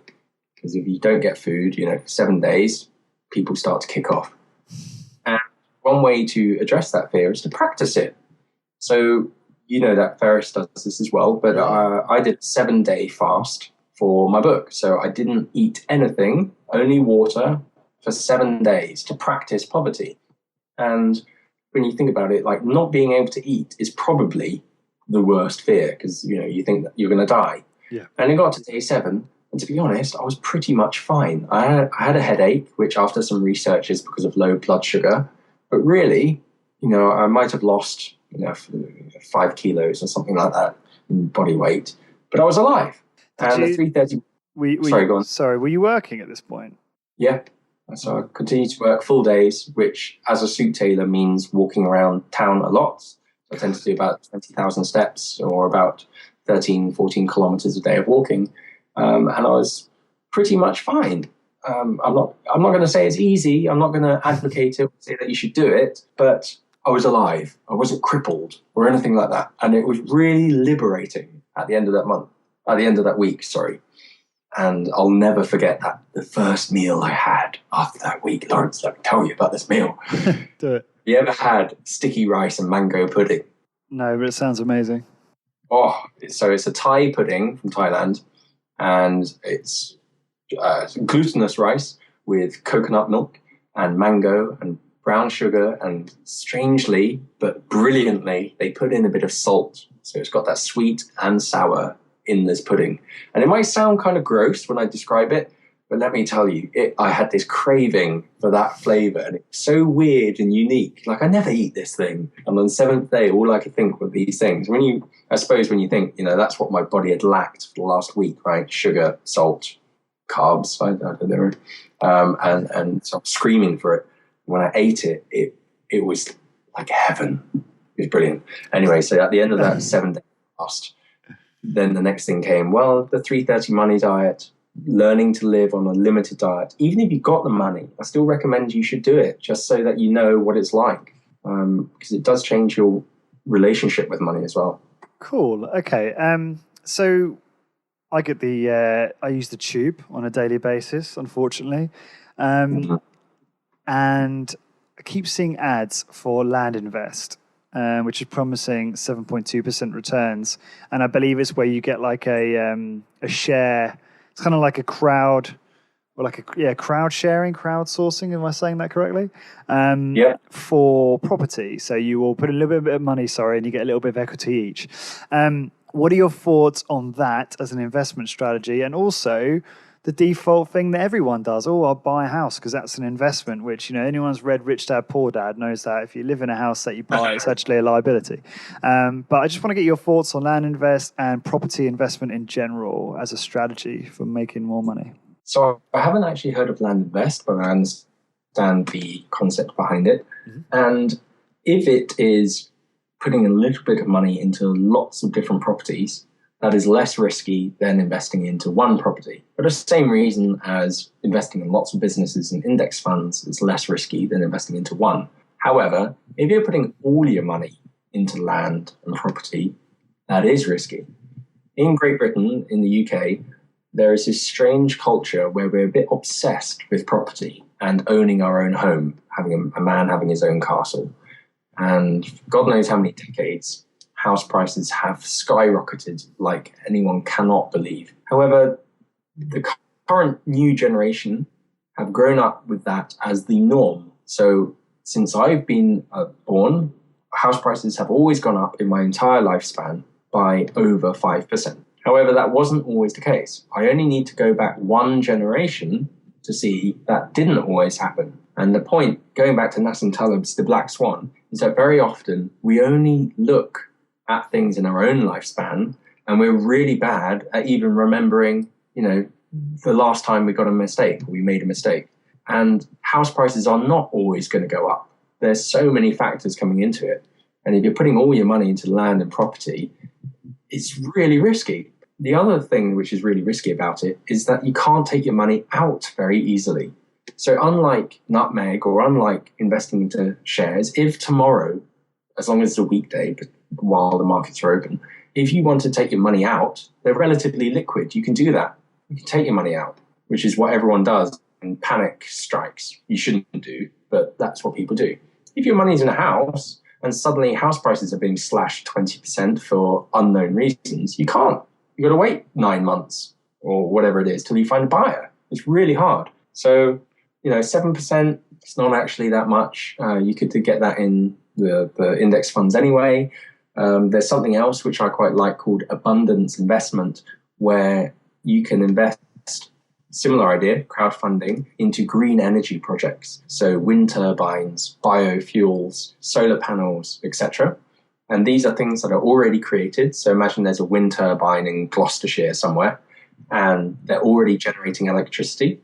And what you're doing is you're refinancing their debts. So you give them a bit of money and they pay you a promise, or it's like buying a bond. And so let's say you put in £1,000. They say, I'm going to give you 7% every year for the next 20 years. And that's a realistic deal that they've got going on there. So you should definitely check out abundance investment if this kind of thing is on your mind. Just on the Black Swan, Nassim Taleb, he's got some interesting theories on how he would invest, which is really interesting. So he's all about unpredictability. You can't predict anything. And he says that if he could manage people's money, he would put all of it into the safest things possible, 90% of it, which are sort of, government bonds, very blue chip safe companies, which our index funds do cover. And then he would put 10% into venture capital funds, which means investing into companies like startups or incredibly risky, but incredibly potentially high reward. Now, I would love to do that too. So putting my money into a small business and I hope that it grows and becomes a .com billion. However, very often to get into these venture capital funds, you need to invest minimum amounts of money. Sometimes that's between £10,000 and £100,000 in one go. My income cash flow at the moment isn't so great that I can afford to make that 10 grand or more. You've got to be earning millions to be able to do that. Yeah, I agree. And obviously, you suggested that to me before. I'm not in that position either, but it's food for thought and one for the future. I mean, you only have to look at, I suppose, going back to Tim Ferriss and a lot of his buddies and like Kevin Rose and that they've made. I mean, I'm assuming in some cases 100x plus returns on some of their startup investments. Yeah, it's quite crazy. On paper, you should always remember it's on paper. Remind me, what do you mean by that? So that doesn't necessarily mean they have that back in cash yet. So while they may have invested money and that company may have grown in valuation, that doesn't mean that they've received any dividends, as in they haven't received any cash back. If they've sold their share, then yes, they might well have. But no one really knows how much they managed to sell it for, who bought it, whether they got dividends, etc., etc. Right. So it's only when they exit they get the yes, the cash. Exactly. Yeah. Or if the company pays them a dividend, which is a portion of profits. Right. Okay. Yeah. Of course. Okay. Okay. Cool. So I guess just coming to the end of the kind of finance part of this podcast, are there any other kind of financial tips or hacks that weren't perhaps recommended in the book, which you'd like to talk about or that you would recommend to listeners and myself? One thing I did quite recently, very tiresome but interesting and fulfilling exercise, was printing out my transaction history over the last 3 months. So this isn't a speedy thing, but it did open my eyes a little bit. And I had spent so much money on stuff I didn't even recognize. And certain shops, which I thought I only went to on occasion, the evidence suggested otherwise. So I'd say that's a good idea, just to print it off and also to check that you haven't got some standing orders to some weird online service that you forgot about 2 years ago. Don't know whether you've ever had it where something automatically renews and you have no need for it. Okay, so that's interesting. So you just print out the 3 months bank statements and then just run through, and I guess it's a good way of just working out, how much you're spending in different areas as well, so you can figure out if that's really what you think you're spending, I suppose. Cool. All right, let's move on to some kind of personal development type stuff.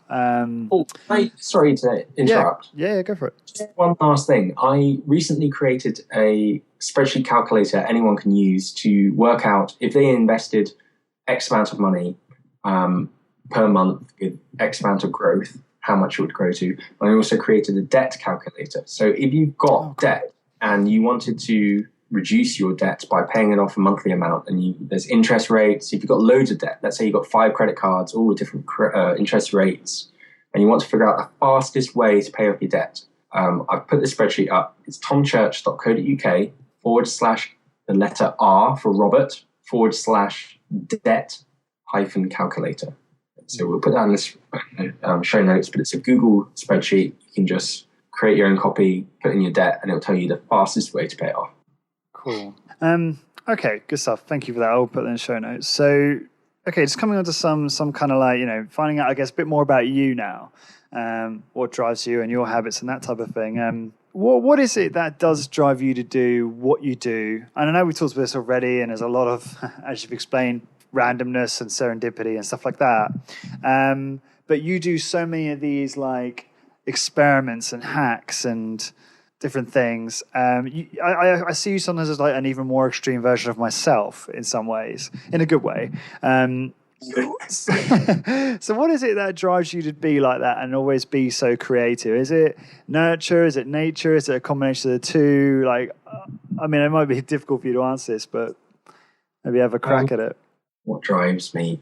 I would say that there's more push factors than pull factors. So I revealed in Money's Big Secret that my true desire or rich dream is not to have a Ferrari or to own some grand penthouse or to travel the world. And I feel quite bad admitting that.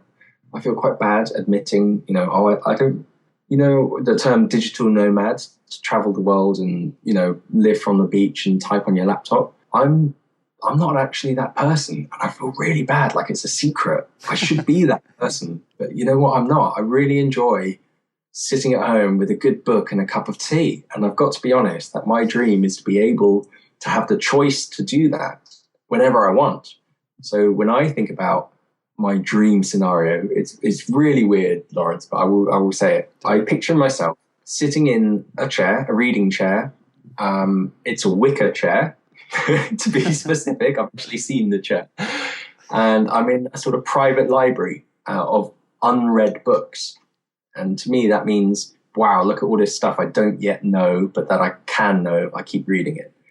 And this private library, if you imagine, is in a log cabin. And it's just one room, this log cabin with the books on the inside, but it's also open to the outside. So now you imagine the log cabin is kind of an Asian style, and it's open to the outside. And outside is this big garden with kind of, I don't know why, I imagine it's some sort of rainforest feel to it, where I'm growing my own food and things like that. And that's my dream. Honestly, when I think of like, what would I love more than anything else, it's that kind of peace, tranquility, and choice to have the free time. It's not to be on a beach partying or whatever it is. So I get bored quite easily, and I need to be stimulated.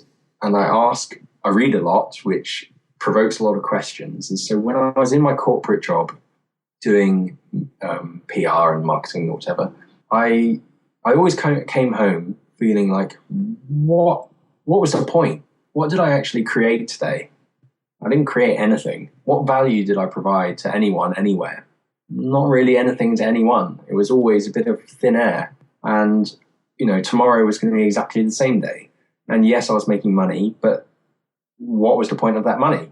I kept on asking why, and I do that a lot, probably too much. Because all the books say there is no why. You just find your purpose and you just plod along and just do it.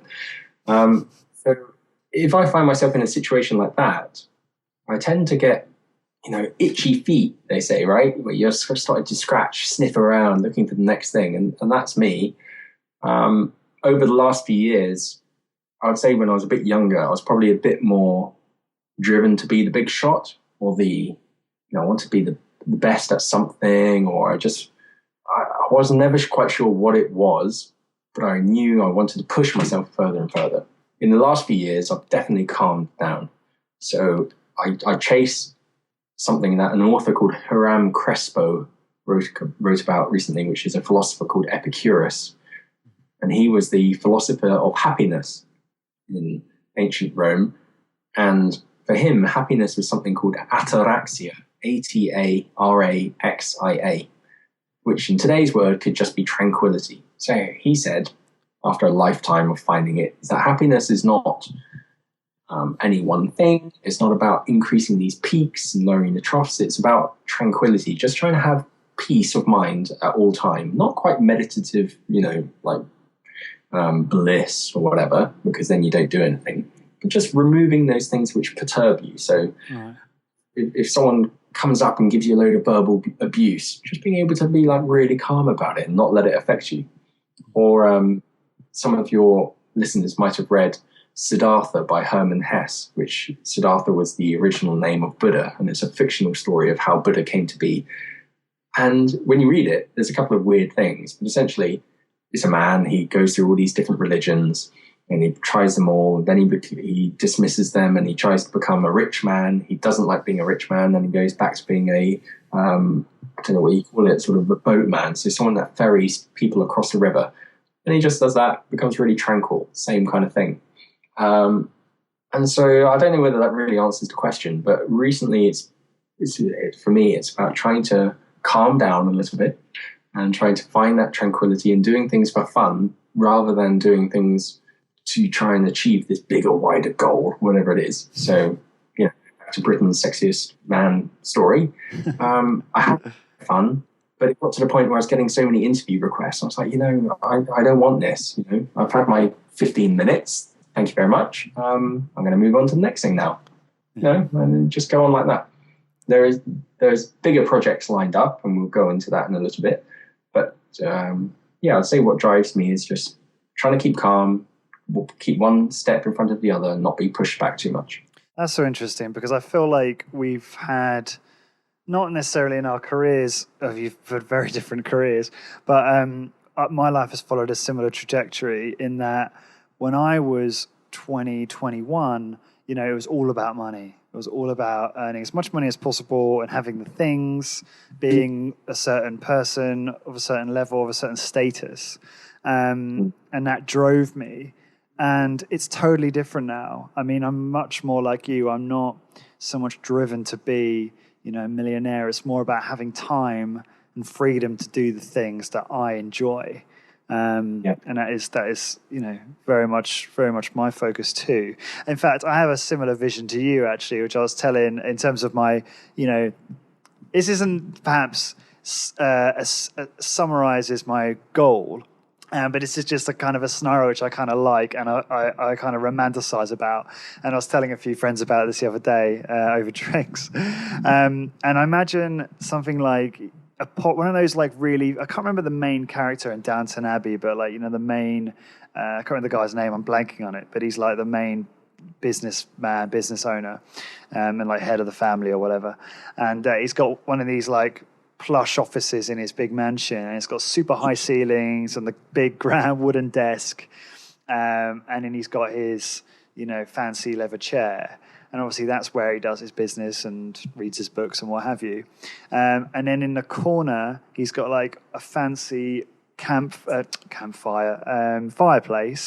with a rug and a dog sitting on the rug and a couple of leather chairs around it, you know, for when he, I don't know, smokes his pipe or whatever. When he's not working. Not that I would smoke, I don't smoke.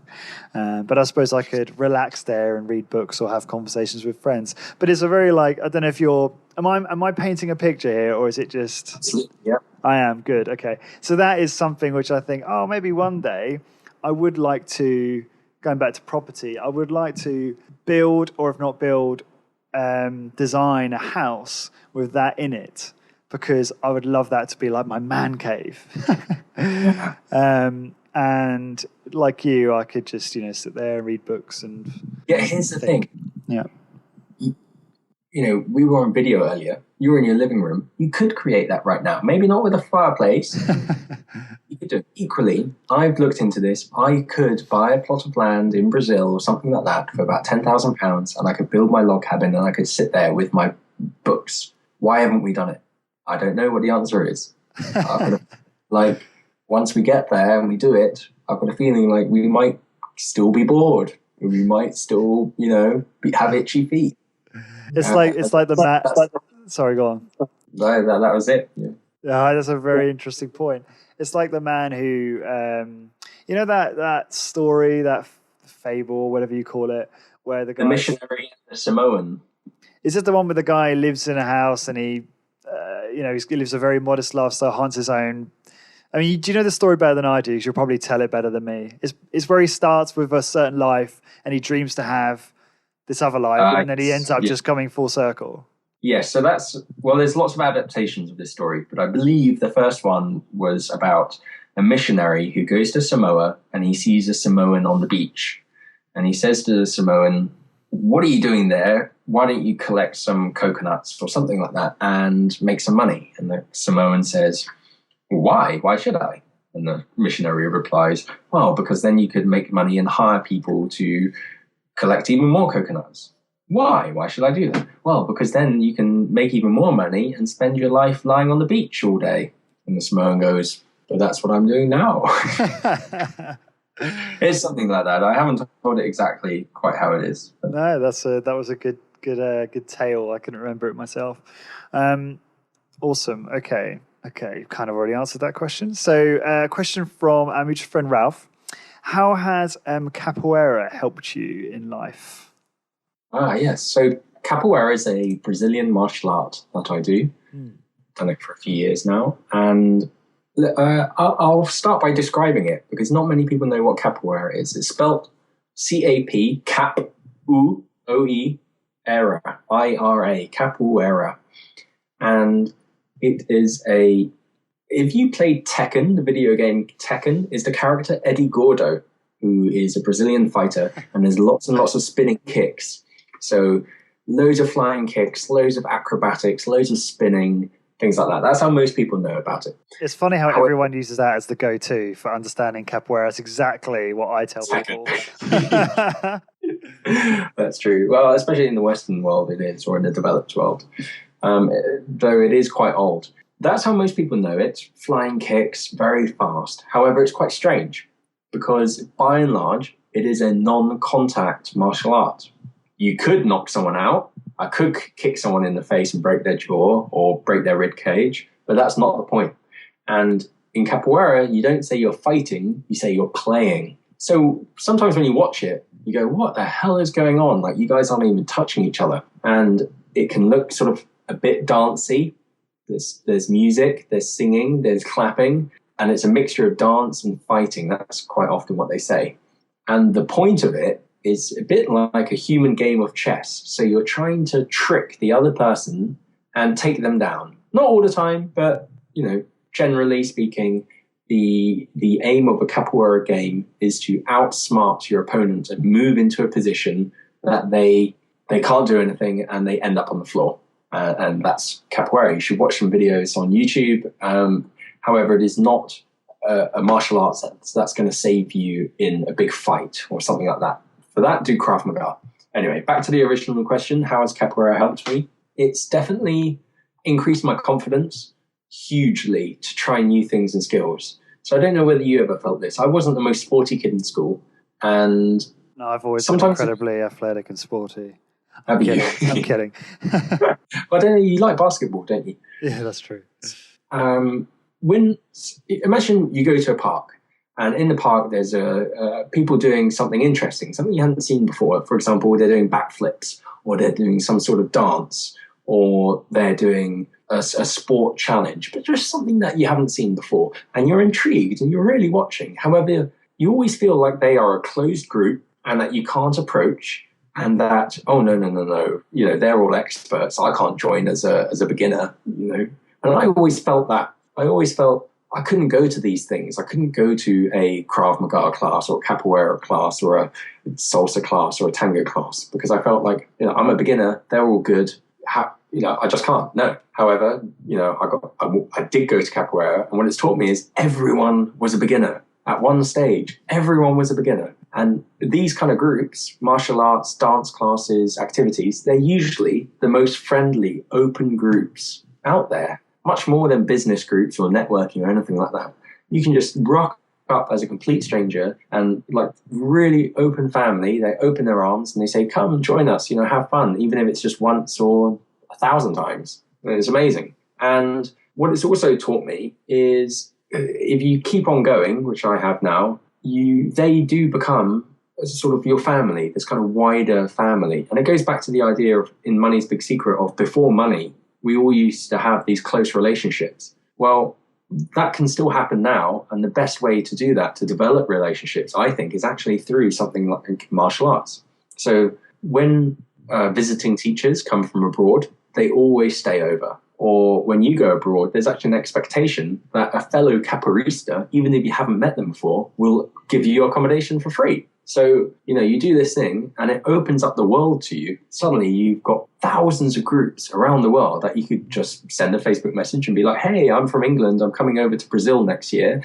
Could I come and stay with you? And every time they're like, yeah, come, stay, come to our group, come practice with us. It's amazing. It's this big family. And in some way, you could see these relationships as sort of insurance. You know, if times get tough, I know that I can rely on those guys. Equally, if times go tough for those guys, which has happened in the past, I will be there for them. If they need to crash at mine, yes, absolutely, done. I've never told this story before, but you told me earlier before we got on, you know, just be myself and be raw. So I will be raw.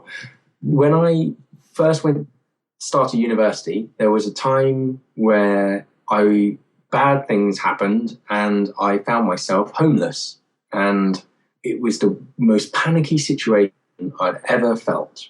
And I called my very, very close friend and I blubbed like a baby. I was crying to the moon and I just didn't know what to do. It was honestly like, I'm in London, I have nowhere to stay, classes tomorrow, I just, you know, I can't find a flat for tomorrow. What the hell? What am I going to do? And of course, for some reason, I didn't think of course, the friend said, come stay with me. Well, of course they did. That's what friends do. And yet that taught me such a powerful lesson. And I'll never forget that friend for doing that. I ended up staying there for a while till I found another flat and the financial situation sorted itself out. That when money fails, our backup plan are our relationships. And you should never forget that. I think for some reason, we live in this society now where everything we give a price. Well, in other parts of the world, that's not true. In other parts of the world, you still live with your family until, 3 generations in one house. You still share everything. You look after your parents. You look after the grandkids or whatever it is. And what martial arts has taught me, and having this big family again, is that kind of relationship of looking after each other and things like that. So this weekend, for instance, I got my next belt and I was cooking for 30 people for the entire weekend. We were all camping together, but my responsibility was food. We're kind of this big family. Everyone does a little bit. And I imagine that's how societies used to be, where you had roles. That person's cooking, that person's buying the food, that person's putting up accommodation, things like that. So it's quite interesting in that part, going about it. The other thing, which is really important, is cognitive benefits. There's this fantastic article by a lady called Andrea, forgive me, I say this wrong, Kozłowski. So that's spelled Andrea, Andrea. Her surname is Kuszewski. And she writes this article called 5 Ways to Maximize Your Cognitive Potential. Brilliant read. And she is a behavioral therapist for kids with autism and has done for decades. And she summarizes all of her experience, the data, and the scientific research into this one article, which is basically how to maximize your cognitive skills and potential. And talks about the difference between crystallized intelligence, which is facts, knowledge, the kind of stuff we get taught in schools, the Battle of Hastings, 1066, versus fluid intelligence. Crystallized intelligence versus fluid intelligence. She defines fluid intelligence as your capacity to learn new information, which is what kids with autism struggle with. So that's, Lawrence, if you came to capoeira, how fast would you take it up? And increasing that speed is what fluid intelligence is. Or if you started to learn a new language, how fast could you learn it? Or if you started a different training regime, how would your body react and how would your brain deal with it? And what you want to do is you want to try and increase this fluid intelligence. And she breaks it down into 5 things. Seek novelty, i.e. have fun, which is a lot of what my projects are. It's just seeking novelty to amuse myself. Challenge yourself, and that's where capoeira comes in, because you're always struggling, you're always trying to improve, quite literally, because your butt's on the floor and you're hurting. You're thinking creatively. So number 3 is think creatively. So whether it's through the arts or through the physical actions of a martial art, or whether it's through a business or coming up with ideas. Number 4 is do things the hard way. So don't choose the easy option, put the work in. And martial arts do that because you have to do it 3 times a week, every week. You've got to go into the training room, and even if you're not feeling it, you've got to kick that punch bag, you've got to fight, or you get hurt. And number 5 is networking. So Andrea says, always increase your network. And that comes back to the point of serendipity and the chance of moments. And, a lot of the reasons why I spoke about earlier of how I got the projects up or work that I got is just through chance encounters with other people. And so I'll say capoeira has helped me in that it's built these neural pathways between just the movement of it, but also the cognitive thought processes of every day. So I'll never forget, and I wrote this in an article once, that one of my first classes that I did, there's this, in capoeira, you call a duck, as in if someone's kicking you, you duck out the way. They call that an escape. And there's this escape move where you imagine a lunge, a sideways lunge, a kick's coming over your body and it's aimed at your head and you've got to go to the side. So you lunge to the side, one leg straight, one leg bent. Can you imagine that? You're going down? Mm-hmm. Yep. Now imagine you're facing a mirror. And I remember doing this for the first time. For some reason, I thought of the steam from something called a Japanese tea ceremony, which is called the Chado tea ceremony, which I'd read a book about maybe a year before or something like that. And it was really weird. And I'll always remember it. But when I did that movement, in my mind, I got this flash image of, imagine the steam coming up from a teapot with that little bend as if wind had blown it midway through. And that's the kind of thing that martial arts or any kind of physical movement do, where it's like connecting these random bits together, which lead to, other creative things. It's really strange, but anyway, that's it. No, that was very interesting, and that is a very strange link to make, but I can visualize it. So, and thanks for being so open about your like negative experience you had. I think that's yeah, and if they're listening, they know who they are. Thank you again. Yeah.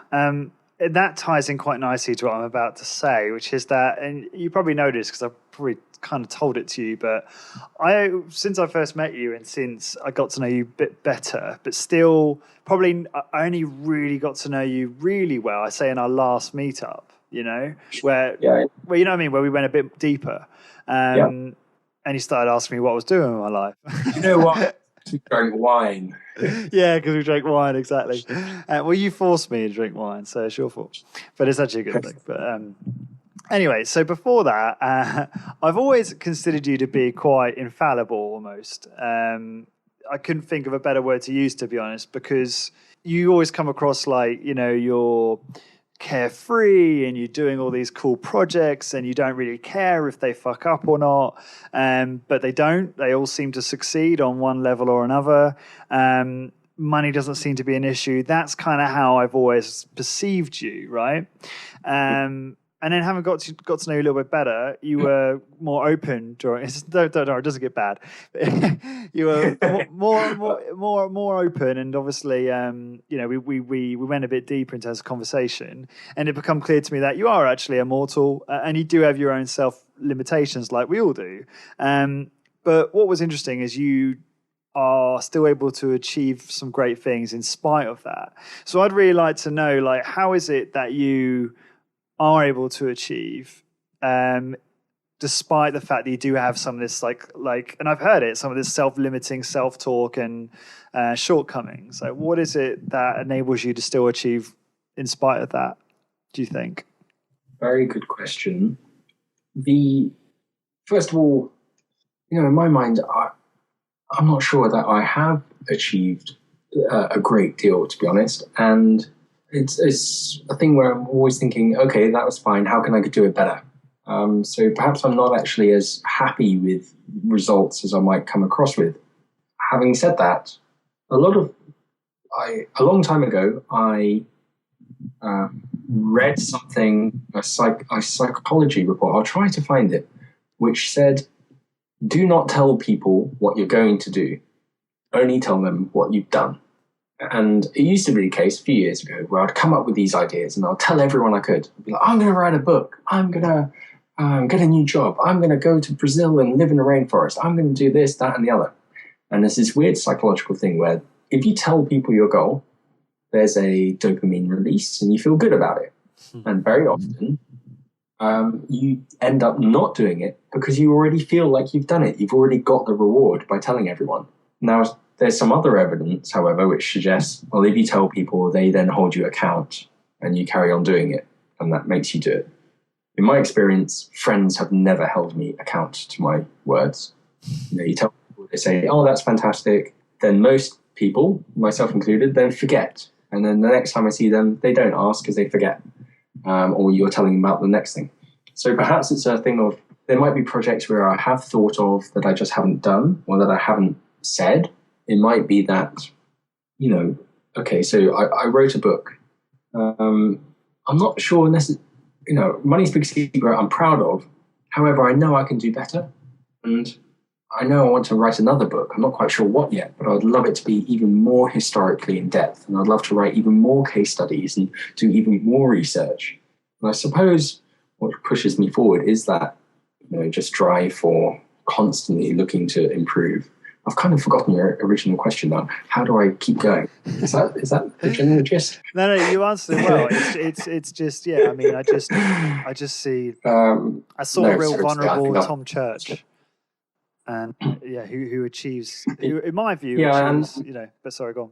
The other thing is that what might see as achievement are really just lifestyle changes. For example, one of the biggest things I feel I've ever achieved is quitting my corporate job. And becoming a suit tailor. We haven't spoken about suit tailoring much, but for the last few years, I've been going to offices and suiting gentlemen up. So whether they are the most powerful men in the country, I am 1 degree of separation away from prime ministers or heads of state or whatever it is, or whether it's just for security guard. I have seen them all in their boxers, in their boxer shorts, in disabled toilets, in cafes, in offices, plush homes. In fact, when you were describing your dream living room, I've got to say, I've been there. I've been there so many times. A lot of these guys have those kind of rooms. They exist. They're real. Yeah. And the suit tailoring, though, was a lifestyle choice. And I've never had a better work-life balance than I have with suit tailoring. It's a really comfortable job. There aren't peaks and troughs. There aren't hundreds of emails to reply to. It really is enjoyable. And for me, that was the biggest achievement. However, if I say that, publish it, I quit my job and became a suit tailor to work less, doesn't sound like an achievement. What sounds more like an achievement is that I grew the suit tailoring company, or helped to grow it, 30% year on year to a multi-million-pound business, and that we were invited to the head table of a Savile Row dinner last October. For most people, that's the big achievement. For me, that was kind of, that was just part of the job. For me, the big achievement was quitting the job and enjoying more of life. What did a day look like could you give us like a snapshot of a day, your average day as a suit tailor, and what that looks like from sort of start to finish? Absolutely. So, for example, today, 9:00, I was in Savile Row at a cloth merchant's, Holland and Sherry, number 45 Savile Row, where I was meeting a politician who came in. I can't say names, but prominent politician, and I'd made him a suit for his son's wedding. So we were trying on the suit, making sure it fits nice. It's our second fitting, so everything was done, and he took it very happy. Then I'm off to the next one, and that might be an investment bank. So I went to Canary Wharf, up HSBC, and met a guy who's a head of a very large department there. And it was the first time I'd met him, and he just wanted a suit for work. So we'd be talking through cloths, measuring him up, talking about his style, looking at his past suits, etc. Then later, and this goes on throughout the day, so usually about 7 or 8 appointments a day. Always very relaxed, always very amicable. And one of the biggest lessons I've discovered from suit tailoring is that all these guys who are supposedly when people blame, they're doing it again, or they're up to no good, or it's all about the bankers or the bloody politicians, or these people at the top, these white guys at the top of business, it's all a conspiracy. Well, I'm meeting these guys all day, every day. And as I said before, I'm seeing them all in their boxer shorts. I'm seeing them practically naked. And you know what I've learned? They're all normal guys. It's so surprising that they're actually really nice. And it tends to be the guys at the top, the very top, the founders, the CEOs, the heads of state. They're the nicest. It tends to be the mid-level guys who, they've got a chip in their shoulder for some reason. They tend to be the most arsey. They tend to be the most, they require the most validation. They require the most attention. They require the most, support. Yeah, I experienced that too in my own life. That's interesting. Which I don't really know why, but there you go. And this top 1% of the conspiracy, they're just normal guys who all they care about is going home in the evening to their family and looking after their kids. There's nothing more to it. I hate to break it to the world. There is no conspiracy. And I feel like I've got the secret, but I'm telling you guys now, there is no conspiracy. Anyway, so that's when I'm in London, and then I go up to York where the suits are made, which is in the north of England, and I'll be in the cutting room talking through the guys with the tailors who are sort of 65-year-old Yorkshiremen, and they're the ones that actually make the suit. Did you have a lot of knowledge about suits before you joined the business? No, not at all. In fact, I only read 2 books on the history of tailoring. One's, I'm trying to see the front cover now. One's called, I think it's Timeless Gentleman, and the other one I think is called The Savile Cut. I'll have to double check that and come back to you. I read 2 books that provoked my interest, and then while I was still working at my corporate job, I then started sniffing around, and it just so happened that I met one of the guys from this company, which is called Mullen and Mullen, and Damien, one of the brothers, and he was so lovely. He invited me up to York. We met, and it all kicked off from there. Again, serendipity. And I'm assuming, so you read those 2 books and then you learned on the job, I suppose. Yeah, so I did a part-time apprenticeship where I was training for quite a long time. So I was doing that very often at weekends while I still had my corporate job. And then eventually I made the transition over. So what was the apprenticeship in exactly? Learning how a suit is made. So taking down the cloth, rolling it down, chalking again and again a pair of trousers. So you imagine a tailor's room. It's got a big table, you put down the cloth, and you imagine the side of your trousers. It's essentially a square or a rectangle. You know, you've got the bottoms, 2 sides, top, and side again. And you go up, down, up, down, up, down. And imagine you do that for hours and hours and hours and hours. And the guy goes, fantastic, you've done it. Brilliant. On to the next thing. And you're like, phew, because you're so bored. And he goes, the other trouser leg, which is exactly the same thing. So then you have to do that again and again and again and again. So it was things like that, and cutting the cloth, learning to sew it, put it together, and all the rest of it. Are you familiar with a gentleman's outfitters in Chichester called Andrew McDowell's? No. Do they make you a suit? No, I used to work there actually. So that was my Saturday job whilst I was at uni. And basically I was just a shop assistant. So I'd stand around and I'd they didn't just sell suits. It was everything, blouses, shirts, cufflinks, ties, etc. But it was all, old school stuff. So a lot of the brand names were like Viella, that type of thing. And a lot of the suit cuts were very old fashioned. I've got to say, and Mullen, they are a fantastic business. And I'm not plugging this. We'll talk about it in a minute, but it's common knowledge with them as well. But I'll actually be leaving suit tailoring soon onto the next thing. And there's a few business lessons actually we could go into from Mullen & Mullen because it's fascinating. And part of the reason I was interested with them is that they are a small, traditional family business competing with massive companies. And yet somehow they've managed to do so for 10 years and grown every single year. And I believe their secret is their management, which is just wonderful. It's run by 2 brothers, Dominic and Damien, and they are the nicest guys you have ever met. Now, I've never seen a policy written down or anything like that. However, for some reason, I think they might have read it somewhere. I can't believe it's just their natural personality, although I've never seen it otherwise. They never say a negative word to you. So even if you fuck up, can't imagine. So it's the most important customer that could ever exist. It's the Prime Minister. And it's a really big deal. Or let's go even further. It's the King. And you're making this king a suit. And he's ordered a plain navy suit. Okay, really simple. Nice classic plain navy suit. You turn up, you're there, you're confident, you open the bag, and inside is a grey pinstripe purple wool suit. You're like, what the hell? Somehow you ordered the wrong cloth and the suit's been made as a grey checked purple swirl and the king stabs you to death. Or whatever he does. He hangs you. Even if that happens, the bosses wouldn't say a negative word. They would say, well, that's obviously not great. How are we going to solve it? And you just move forward like that. And processes would be put in place then to ensure it doesn't happen again.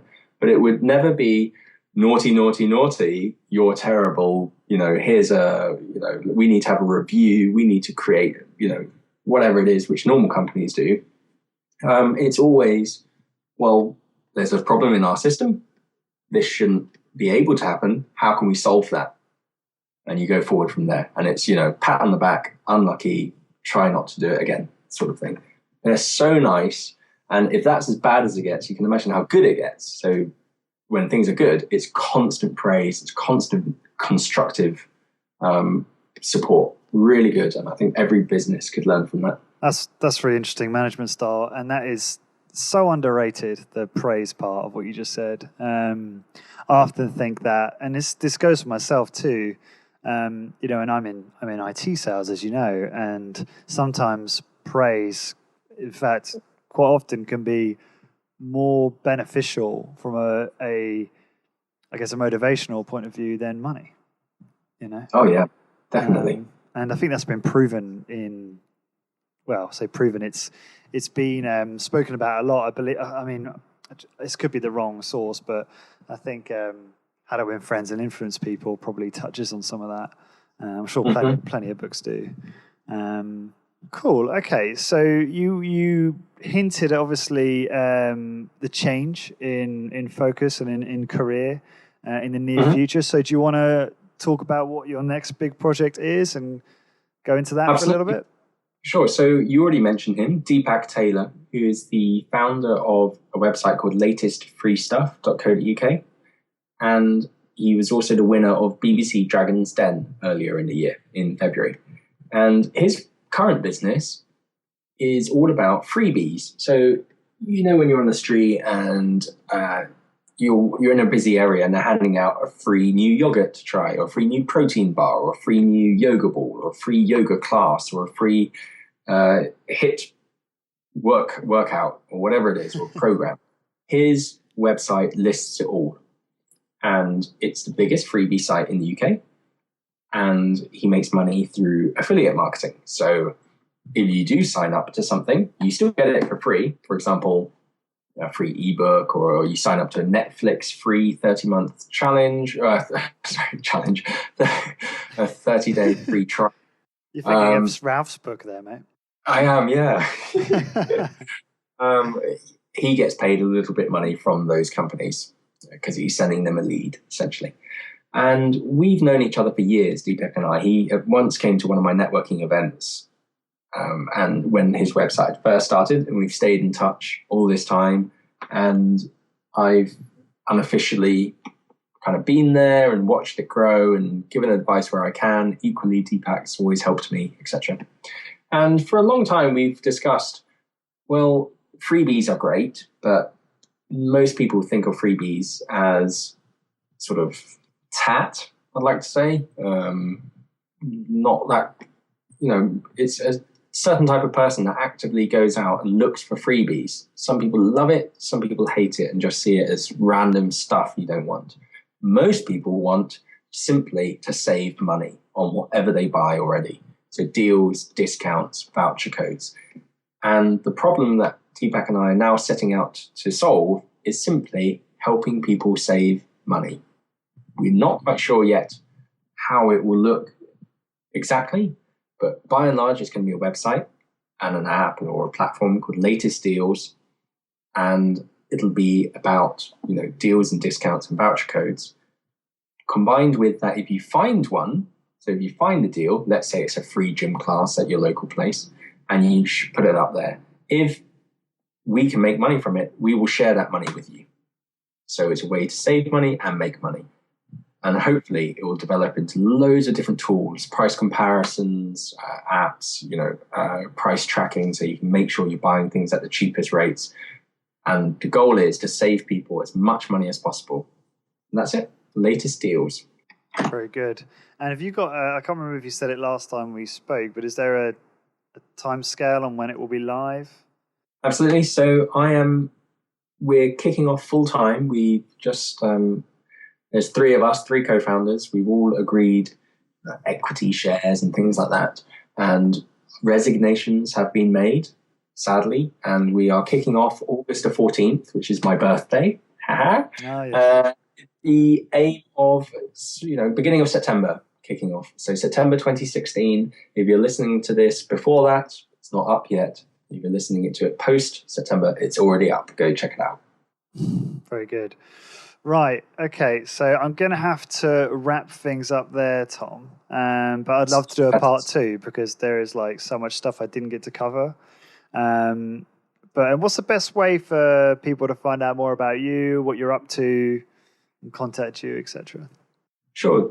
Come check out my blog, tomchurch.co.uk/blog.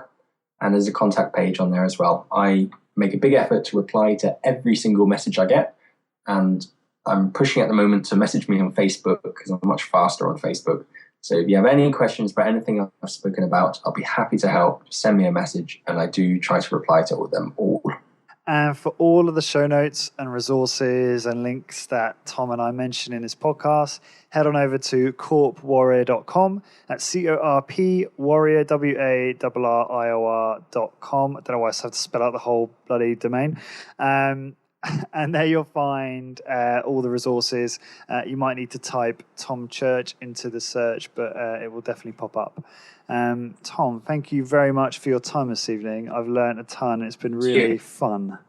So I hope you've enjoyed it also. Very much so. Thank you very much. You're welcome. Cool. I will talk to you soon. All the best, mate. Okay. Take care. Bye. Bye. This episode is brought to you by hituni.com. If you haven't been a long-time listener and had the upsides of high-intensity training drilled into your brain, HIT has dramatically reduced my exercise volume to sub 30 minutes per week while helping me build more muscle and reduce my body fat to 10%, which in turn has enabled me to do more with my time, like play sports that I love, build businesses, and play more Call of Duty. Who wouldn't want that? So what has this got to do with HIT Uni? HitUni.com are providers of amazing online courses that teach you all about high-intensity training. There's a course for newbies that will show you how to optimize your workouts to build more muscle, burn more fat, and improve overall health. And the bulk of the courses are designed to qualify you to become a high-intensity training personal trainer and equip you with all the knowledge and business skills you need to build a successful fitness business. HIT Uni comes highly recommended by Body by Science author Dr. Doug McGuff, Discover Strength CEO Luke Carlson, Drew Bay, and Medex Precision Fitness owner Blair Wilson. It was founded by author and one of the UK's leading personal trainers, Simon Shawcross, who's been training people for 15 years and has supervised over 15,000 workouts. With help from contributors like Jimmy Moore, Dr. James Steele, and Edward Harrison, and inspiration from Arthur Jones, Dr. Ellington Darden, Ken Hutchins, Mike Mensa, HIT Uni is a goldmine for learning everything to do with high-intensity training. The courses are delivered online through the website, where you can learn via a variety of multimedia materials at your own pace. There's an online support and discussion forum where you can share ideas and ask for help. I personally used HIT Uni to build my own stunning physique, just kidding, but I have purchased a course to improve my understanding of HIT and improve my own results. The content is amazing, the courses are really easy to follow, and each section is organized into these bite-sized chunks that give you a real sense of achievement as you tick off each one. To get your exclusive Corporate Warrior 10% discount on any course you purchase, simply head on over to hituni.com, that's hituni.com, and enter the coupon code CW10. So again, head on over to hituni.com, choose your course, and enter the coupon code CW10. Thank you for your support.